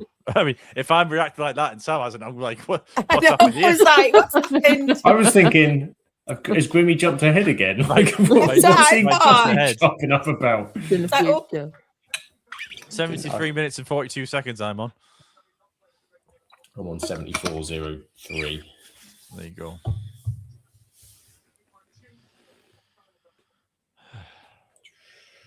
Go for Hearts. Go on, the Hearts. Go on, Hearts. Go on. Do it for Shanks. Was that Dundee Do they it were for playing? Or Shanks. did I imagine that? Or no, is it Hibernian? No, they're playing Hibs tonight. Yeah. Get Shanks back. Big shot. Right, I need to nip off for a second. When I come back, there's going to be a goal for United. There's going to be a Manchester United. goal. West Ham are breaking for in the specifying. show. West Ham are breaking. I've not got any spoilers, by Sam the way. I'm just breaking. manifesting for you. Jared Bowen. Oh. Yes, the butcher. Good tackle. Oh, Jared Bowen. Oh, come to the ball, Benjamin. How are Morecambe doing, Jen? Drew 2-2. Is that True loss, so if we Yeah. would have won, it would have been better. Yeah. But Point on the board, though. Point gained. Yeah. every point matters. Every That's what point Jim says. matters. Every point matters.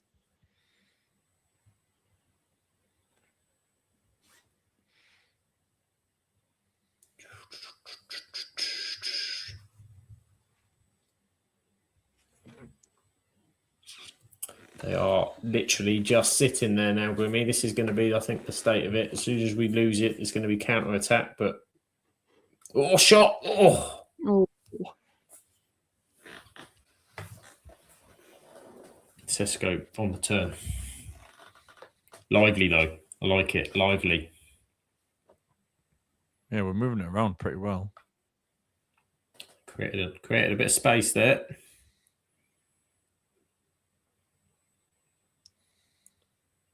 Oh, come on, let's see some character turnaround magic.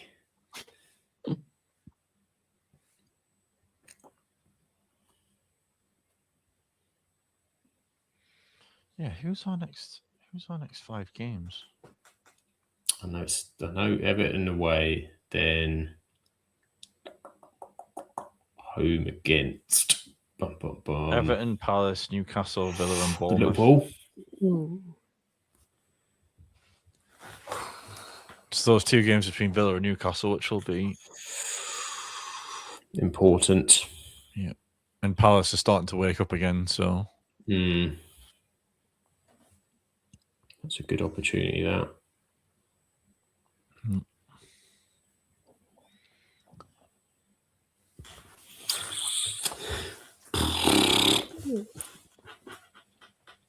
Need a goal, need a goal, need a goal.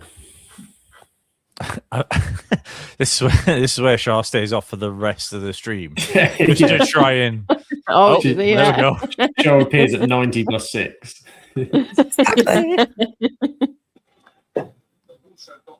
I did try to manifest it. It just didn't happen. Didn't happen. We had a chance. We had a shot. Oh, that's good. That's good. It's improvement. Improvement. Keep those stats up, lads. Keep those stats up.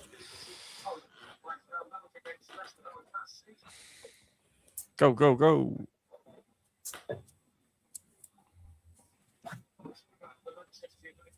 It's good little ball, good little ball. Bloody Wan-Bissaka and those long legs. Why did we ever get rid of him? Manifesting an own goal by him. Yeah, he keeps switching off at the back post, Grimmy, so that's what we need to do. It was always switching off at the back post, so we need that ball at the back, and then Shaw or someone comes off the back end side. Dallo. The question is, though, if we do have a goal... Diego Dallo's crossing. Diego Dallo's crossing. I just don't understand how you can be a modern right back and not be able to get it past the first man. This one just balloons. It literally that's his 2 crosses. It's either smacks off the first man or it goes as if it's about to touch the sky. The airtime on it's just unnecessary. We need some whip. Whip it to that back post. It's too long. Wan-Bissaka's got time to wake back up by the time it comes back in. We need the one that, is behind it. He's switched off slightly and then someone's made a run. So if we do score an equaliser, are you having a hobnob to celebrate? There are none in the house. Hobnobs are ready. There's none in the house, Sam. Get an Uber. Get an Uber Eats. It's full of hobnobs. I'm going to Obafemi it. I'm going to Obafemi it up to Tesco's. Yeah, do it. The whole way. So why are you so happy? There's 2 reasons. Yeah. Go get your hobnobs. Benjamin Sesko and hobnobs. What a combination. The thing dreams are made of. Oh, Xerxes coming on. You do have to give credit though to Nuno and West Ham for turning this ship around, because it looked dead and buried at one point. They're so much more structured now. Yeah, and the fact that they're now level on points for Forest if it stays the same way. And I don't know if there's goal difference at play. There's 3 goals between them, so Forest would have to lose quite a lot, wouldn't they? They'd have to, and they're not going to do that at home to Wolves. Or you'd hope not, anyway.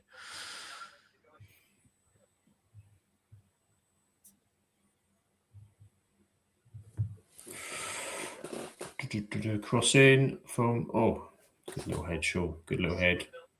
Second on the edge, back in. Anybody want one? Oh, me. Yeah, cheeky mini eggs. eggs. Oh, damn.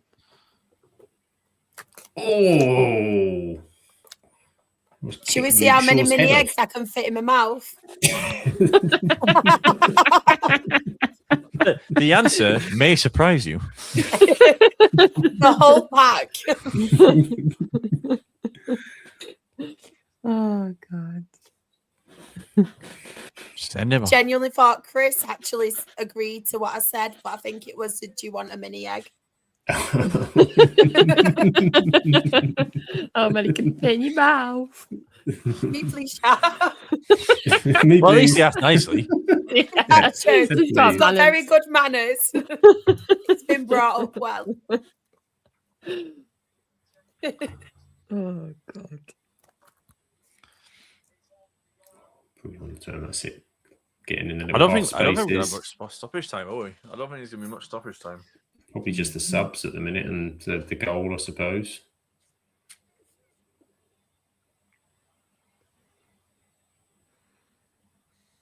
Oh, that's a clever little ball.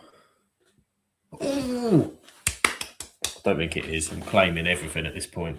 We're at that stage of the match. It was a clever little ball through, though. It's just Casimir's probably not really wanted running onto it. Blatant. Hand's not even on the ground. He got caught up, didn't he? It was kind of Casemiro you didn't really want there. You needed Mbeumo or Šeško. I think he's done what he could with it, to be fair. Yeah, he just got caught up, didn't he? I think even Sesko and Mbeumo would struggle to get anything going at that angle. David's here. He says, hope you're doing well. I've done 5 boiled eggs tonight. He's done them. In his mouth at once? Is that the...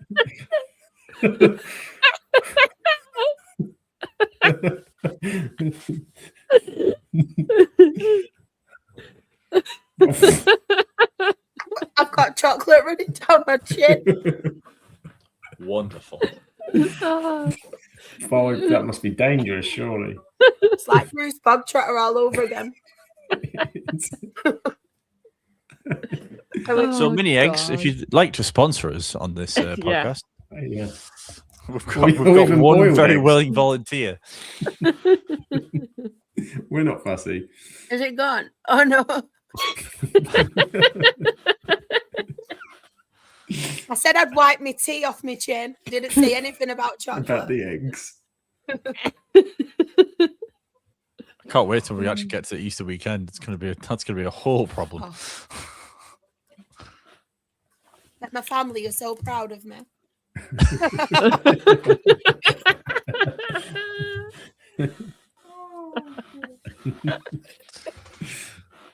Oh, get up, you sausage.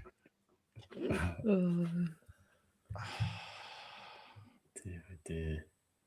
David says, what's the Chelsea score? It finished 2-2. Graham said he wouldn't want to be in the room with you later, David, with your 5 boiled eggs. That's fair. That's fair. I Sleep can't on really the couch. disagree. Get that protein. It's still clucking, apparently. That somewhat so. Not with all of them in your mouth at the same time. Firing them out like an Uzi. Oh dear. At least we can laugh at 1-0 down in the 84th minute. Oh my God. What Martinez, that was ridiculous. Johnny, thank you so much for the offer, but I'm still not sending you my address. I do apologise. Thank you, though. I like to keep some things private. Just not the amount of chocolate that's on your chin for mini eggs. On both of my chins. I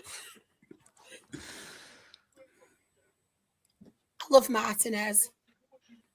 That was a clever little turn.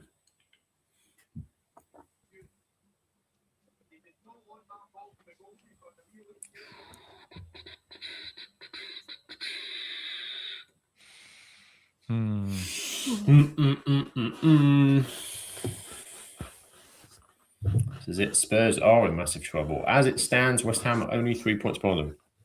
They are in big trouble, and I think it's gonna make them act, isn't it? I think Bring back Ange. Ange part 2. She's going. Part 2. Ryan Mason's that's free. the sort of action they need right now. Oh no! Oh no! Lemons. Well, red lemons. It's quite covered. Worrying for a minute, but do not worry. Luke Shaw. Zirk's has just been pulled down there. I mean, oh, what's with the crossing? Well, where's Lemons? That was poor from Ahmad that time. Disappointing from Ahmad.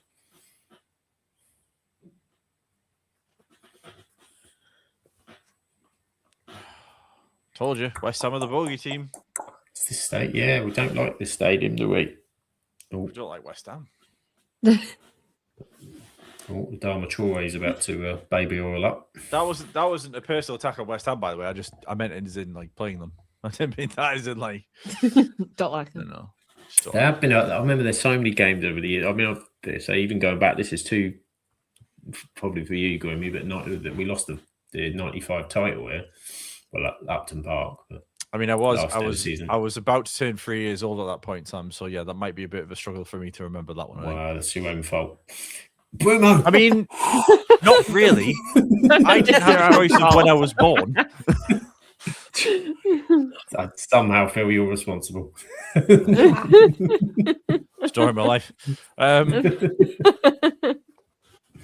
Oh, why could that not? I know, Boomer got a bit of space, so it's deflected over its corner, and there's no Harry Maguire on the pitch.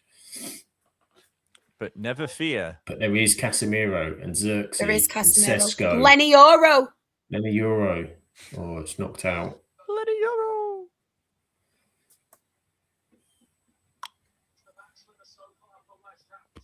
Oh my God! Can we just start crossing properly, please? What was that? And they're pretty decent in the air anyway, West Ham. But if you're crossing like that, you're not going to get much success. It just needs one bit of quality. Moment of magic. Bit of quality. But not the street type. See, Grimmy. Graham remembers. Graham remembers it. Graham remembers it. He's not even a Man United fan. Graham knows all. He knows the past, present, and the future. The Oracle. Johnny says, do we think Hearts will win the league in Scotland? I would love Hearts to win the league in Scotland. I hope so. Yeah. Go, go, go, go, you.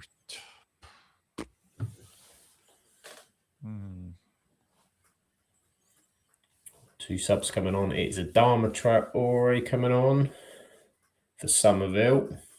Mr. I've never been to the gym. Only that guy worked out. Imagine what he could be. I mean, are we really Jared saying a guy Bowen's like coming that off. never worked out? Are we joking? Deadly serious, can we? Is that Carl Walker Peters coming on?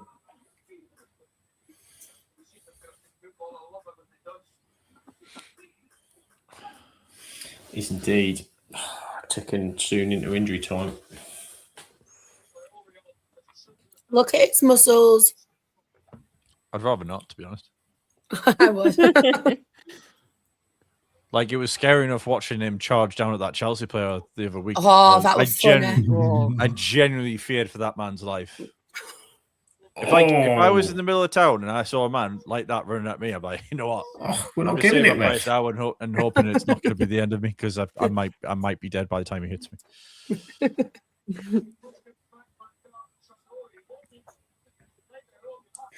There's just no way through at the minute, which means we're having to go wide, which means we're eventually going to put one of these whiffy crosses in. Oh no, giving it away. 2-on-1. Uh-oh.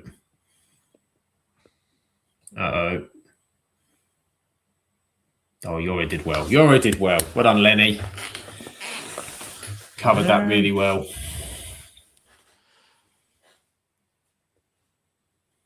Oh yeah, he's managed that quite well, hasn't he? He's kept in the middle to stop the ball. He's had to and cover that. gone He's come in. across he's at the done really right well time, there. and he that's really How good have they got defending. 7 minutes of injury time, by the way? I'll take Where have it. they got that from? I will take it.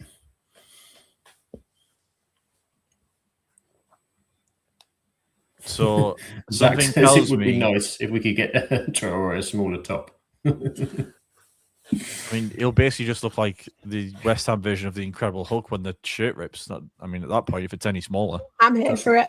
Let's just hang off him a bit, doesn't it? I'll get him a smaller top.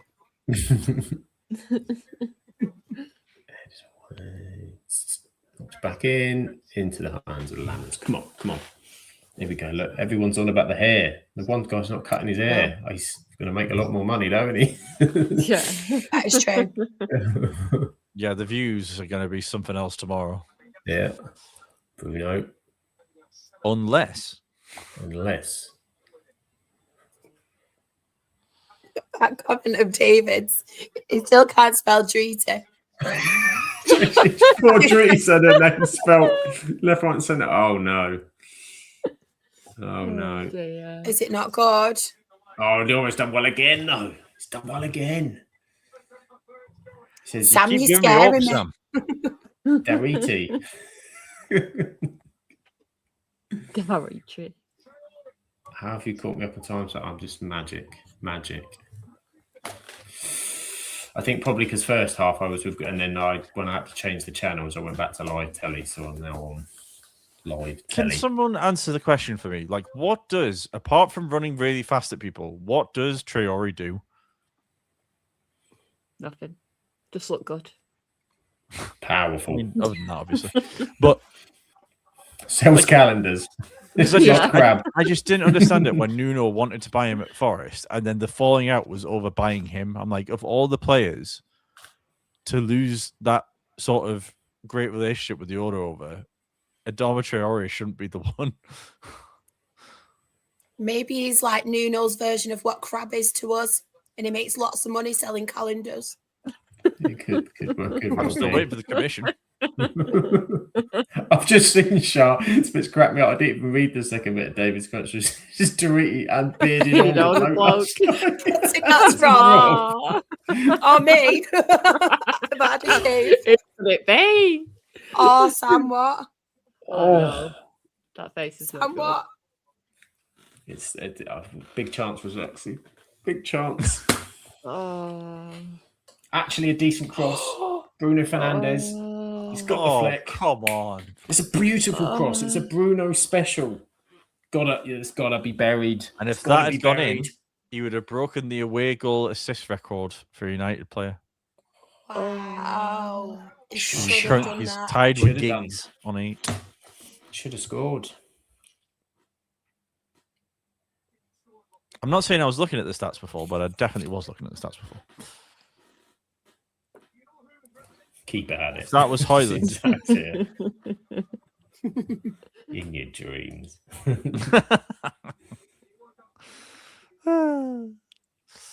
Come on, still 3 minutes.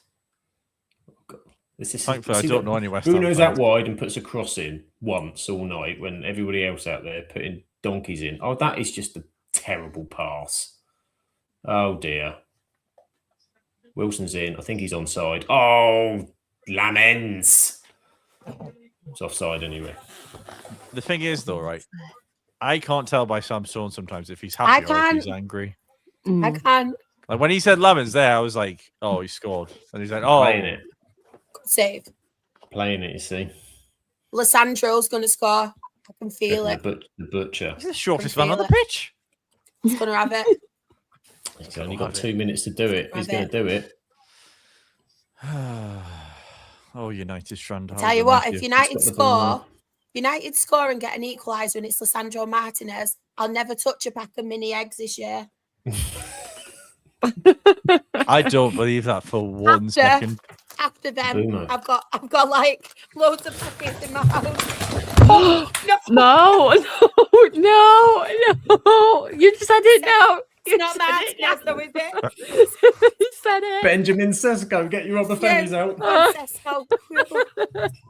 Martinez is going to go. Oh, What a finish, my boy! You see what happens now. oh.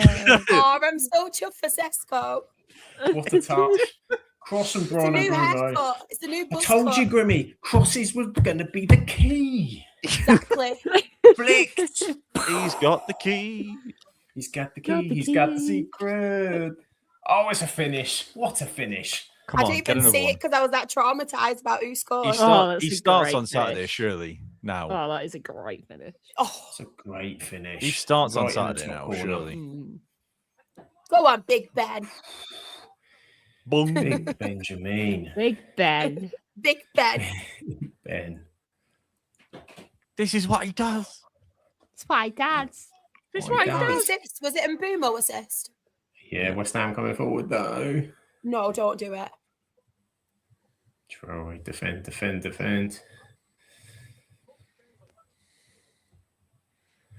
Just in case you missed it, Chris is confirming that he's. Thank you, Chris. West Ham, Thank you, great Chris. tackle. Casemiro, beautiful tackle. Where are you going, Xerxes?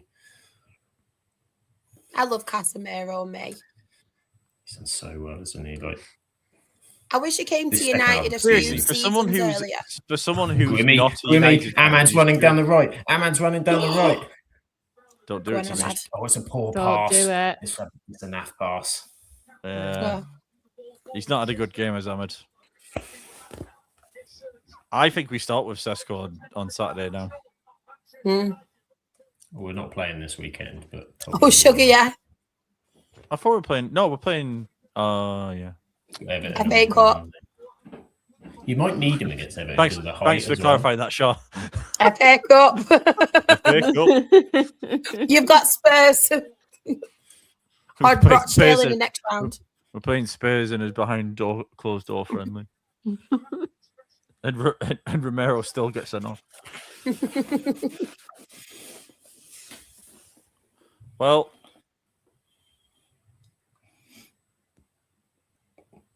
I'll take it. Points a point. Are we just leaving the video printer on for Save the point. from Chris? So here we are. That was the score, yeah. Just leave it there. It's right there. Look at this. Look, we showed Ant nothing but love for Sunderland, and he's saying only the big teams play this weekend. God, look at this. You know it Mr. is, Big, Ant, right? Mr. Big for his boots, is it? Isn't he? If you weren't playing Liverpool Us in the top tomorrow, half of the Premier League, getting his Obafemis out. Come on, the lads. it's I don't know how we've managed to get that. That's I said it before. It needed a bit of quality, and we got it. We did. We needed a bit of quality, and Xerxes had a moment 3 minutes before, but that's some finish. That's almost more defining than the goal he scored the other week, I think. But this for is- him. But this is what I always contended with Sesko, is that people would complain about him the first half of the season, but he never got service. And it was now that we've started giving him service, he's getting goals on a consistent basis. Like, we put in 2 lovely balls when we played against Burnley, and he had 2 brilliant finishes. Gets the winning goal against Fulham, scores against Brighton at the end as well. I know we ended up losing that one, but he is getting that consistency when he gets the service. So I think he starts not at the weekend, but when we next play on Monday, the 20 something, 24th, I was saying, I think, or something. Is it that come that far away? Against It's Everton. 23rd, They I might need him because Everton are well, O'Brien's been sent off, isn't he? So he's they're pretty physical, so we may need him. But that also just keeps us in front of Chelsea. You never guess it was 90 plus 6. 90 plus 6, we were saying. Treaty was giving it the 90 plus 6 as early. And we've got a 90 plus 6. 70. Yeah. As we said, Grimmy, like, you can't win every game. This show, but to get something out of this and to show character in a different way. Mm-hmm. Again, could you say it was showing character? Oh, I like it. Oh, Grimmy. Get it on a t-shirt, Grimmy. Get it on the t-shirt. Character. No, I'll leave that to our designated merchandiser in Samuel. And that point, Grimmy, lifts us back into the top 4. Yes. Keeps our noses in front of Chelsea, extends the lead over Liverpool to 6. Yeah. And now only 2 points behind Villa. It's mad though, because look what a difference that's made to West Ham as well, though. That one goal is now 2 points back. You could see the excitement and the devastation in the crowd. They were like, "Oh, that's a kicker." Yeah. Look, it must be good, Grimmy, because even Graham's giving you the congratulations on the punnage. When you've been here long enough and seen Graham's puns, sometimes you just have to. You've got to take a step forward and bring something to the table. You know, it took me long enough. Is it? He raises the bar for everyone. Just because I'm tall as well, I have to hold it up. You know? Sam didn't like that one. I'm getting silence from Sam. I was happy with your last one. Yeah. I just need to see the video footage of you marching to Tesco with your Femi march now. Yeah. Didn't you say? I need to get those like strobe lights as well. You did say as well. Why are you marching into Tesco? You did say Benjamin Tesco as well. You did. I did. Ant says he'll take a point. I want 3, Ant. Points are not. No, yeah, we all want 3. There's no 1. It's 3, and that's it. Grant says, "Do you reckon he'll still get the cut?" I'd find it hilarious if he did. If he just went, "Nah, screw it." That's as good as a win. I'm doing it. Scoring in the last minute is practically the same as a win. Yeah. There you go. So not a bad game. See, the watch-alongs do always pick up in the second half. They do always pick up in the second half.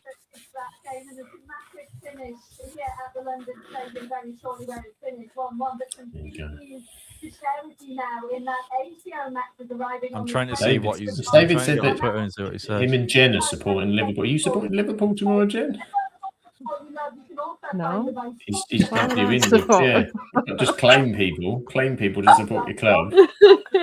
With your 5 boiled eggs. You go off. No, you go off next to me. Sorry, I'm allergic. So that's what me in hospital.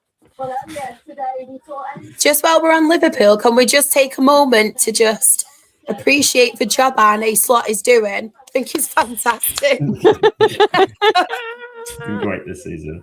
He's been great. Manager of the season. I just don't understand how you spend £400 million. Don't talk to me about net spend, because that's what Liverpool fans always throw at me. Spend £400 million on the players you've spent them on, and you still somehow end up being potentially 10th. Is it like 7 injury time last minute goals they conceded? Yeah. What was even more funny is they won the first 5 games of the season doing it themselves, and then we're kind of look at this. This will be fine. It's like, hey, it won't be if you keep doing that all season. Grant says, my brother was happy as Larry when United scored. We love Larry when he's happy. We do. Larry. Good old Larry. Larry Maguire. No.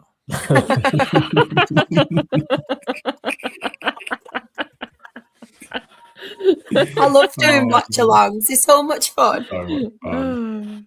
Good God. Imagine we were doing the Liverpool one, Groovy. That would have been insanity. Yeah. Oh God, that would be insane. I've just read from The Athletic, because I was checking the Twitter feed just to see if United Stranded said anything, but I'm now reading from The Athletic. Apparently, there's going to be a vote to expand the playoffs in the Championship to 6 teams. Oh. It's going to a vote on March the 5th. It's obviously a while away, but why? Why do we need that? Just lunacy. Yeah.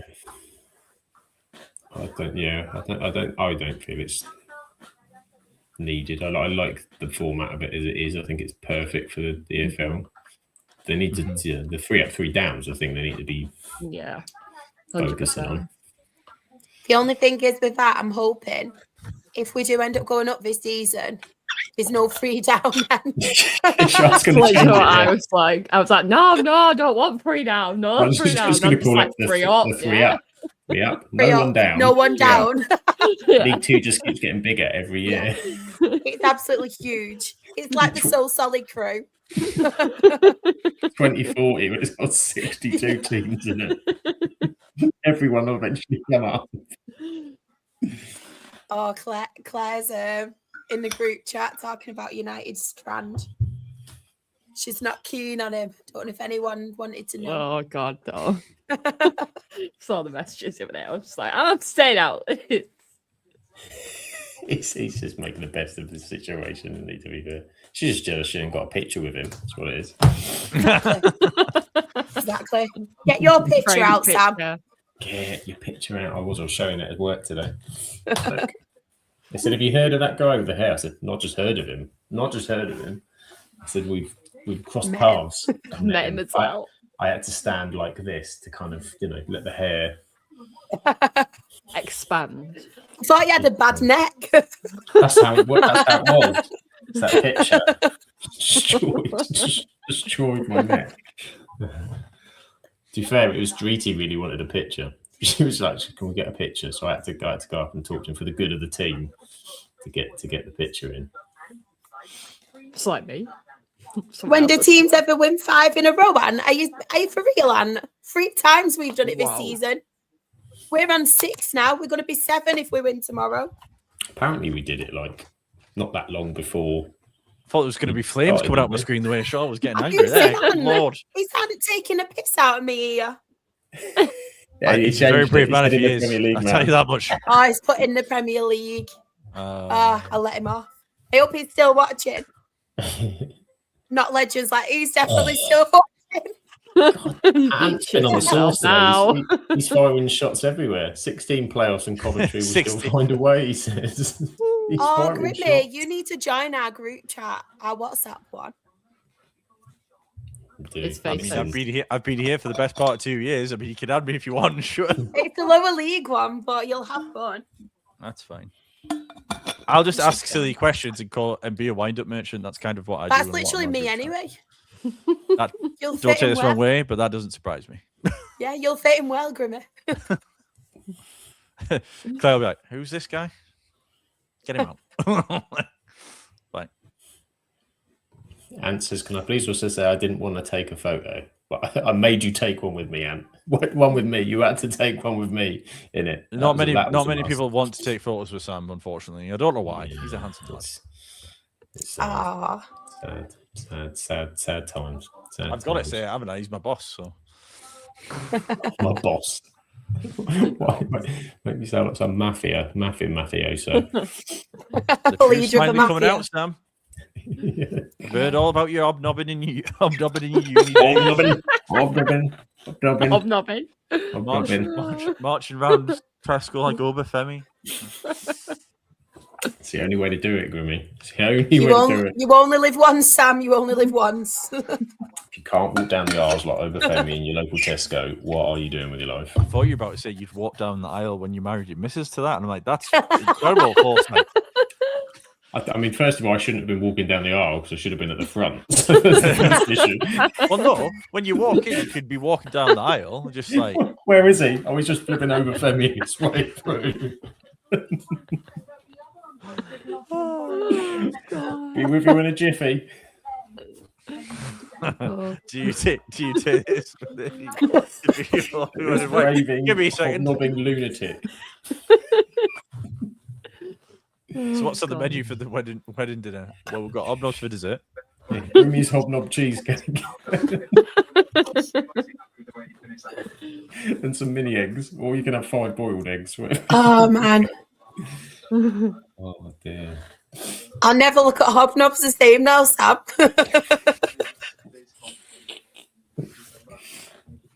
Oh, dear. What a stream. What a stream. What a stream. There we go. And we've streamed it all for you once again. And Ant's kicking off in the chat. He thinks he got called the bearded old bloke.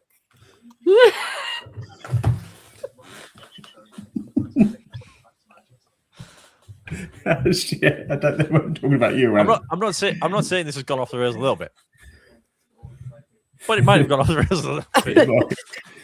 Might have gone off the rails It's a not bit. it. Hey, dear me. Oh dear. Well, there we go. We've done the watching along. We've watched along, walking along, living in a Tesco wonderland. It's all happened. It's all happened. I haven't even got the bloody social set up tonight. What is going on? Let me find out the different.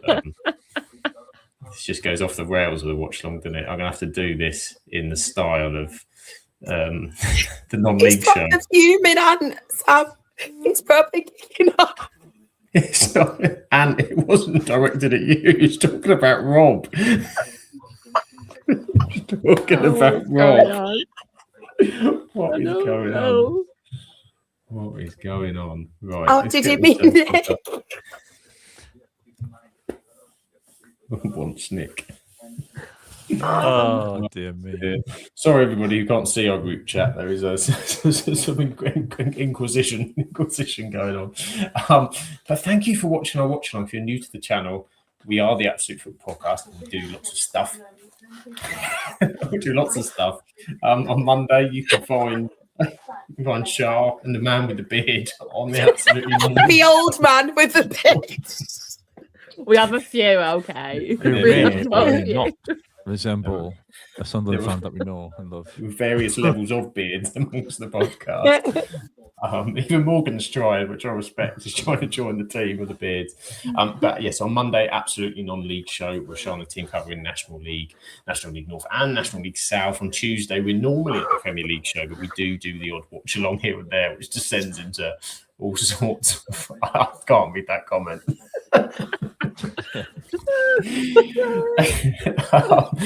Dear me. We do watch alongs, we do Premier League shows. Wednesday, tomorrow, it is Team Chaos with the Absolutely Women's show. We'll be talking chaos. They'll be talking everything from the weekend. They'll probably touch on the whole Eni Aluko stuff, I would imagine, as well as many other things. And on Thursday, the Absolutely EFL show covering Championship, League One and League Two with Shah and the Rowdy. And now for old man with the beard. and the other guy who's had a shave, so he will be ready for you on Thursday. Ready He's with beardless. 3 points in his pocket from tomorrow. Nothing wrong with having a beard. Completely agree. Exactly. Like mine. Agree. And yeah, the new absolute slogan. We do lots of stuff. We do. Lots of stuff. And it's 8:30 p.m. live Monday, Tuesday, Wednesday, Thursdays. We're on Twitter, Absolute Football Pod, YouTube and Twitch, Absolute Football Podcast, TikTok, Absolute Football Pod, Instagram, Absolute Football Podcast _ Blue Sky, Absolute Football, and Facebook, the Absolute Football Podcast. There we are. And Ant looks dashing now. Ant always looks dashing. What a dashing man. What a dashing man. So let me get back out of the socials. Where am I? There we go. Wow. But most importantly, where can everybody find these wonderful people talking about football and stuff? Shah, where can everybody find you? Wow, like this has been fun. It's been really, really fun. Shah XREFC, that is on Twitter, TikTok, Instagram. Ball and All with Shah on YouTube as well, and it's Ball and All _ and all of the rest of the socials. I haven't done my Let's Talk Rochdale. I know a lot of people were listening to that, and I will be doing one very, very soon, but the voice obviously hasn't been cooperating. But I'm hoping, fingers crossed, I get to do one soon, and it's a Forest Green win, but we shall see tomorrow evening. But thank you for having me, Sam, as well. Thank you for coming on, Shah. Fingers crossed for that result tomorrow. And Jen, where can everybody find you in your, as Ant says, your lovely office? Not mine. Just pretend, Jen. Can you tell? They've got football boots in the corner that are ex-goalkeepers that don't fit Liam, and 20 million football shirts and markup stuff. But yeah, I was gonna say I've been trying to look at the shirts in the background, work out which shirt is which, because that is a nice collection you've got there. Yeah, we've got a lot. But you can find me on Twitter, TikTok, Instagram. It's all Jen Hunt _ on there. Magical, and Grimmy. Where can everybody find you? And your Man United channel as well. Talking. Yes. I have a lot going on at the minute, more so than I have done for the past few months. So I'm Grimmy16 on Twitter. I also have a Man United fan channel that I've started up over the past 5 days. Got a few videos up there now, and of course there'll be a video up tomorrow reviewing the game that we've all just watched while talking about various food items and topics. That's the Grim Devils YouTube channel. Also, I am on Twitter with that as well, on Grim Devils MUFC. So if you want to go check that out, we'd greatly appreciate it. Hit the follows and all that stuff. And then on TikTok, I'm St. Grimmy on there as well, where I do a bit of stuff on sports cards and things like that. Just a bit of a hobby one. So yeah, check it out. Where can we find you, Sam? Where can you find me? Tesco's. Tesco. In the biscuit aisle. Get them hobnobs. Yeah. You can find me at Sam Absolute FBL, but usually on the Absolute Football Podcast. And do subscribe to Squid Stream if you've enjoyed it. And there's a hype button. It's a new thing. If you can find the hype button, you have to scroll across the chat. Apparently, Heather was saying if you press it, it hypes stuff, which only sounds exciting. So I think you should press it and see what happens. Surely this deserves a hype. The hobnobbing, just on its own, deserves a hype. Hype the hobnobs. That's what we're asking for. That's doing. Hype it up. But thank you everybody for joining us in the chat and having a great laugh with us this evening. And hopefully we brought you some football chat. And we've got a goal with me in the last minute to save a point. So our unbeaten watch-along streak continues for the one game we've been on for Man United. It is. Yep. And no hairs were harmed or cut in the proceeding of the stream either. So, we'll see what happens there. Not yet. But thank you, everybody. Have a wonderful week. Catch us on the other shows, and we will catch you soon. Ciao for now.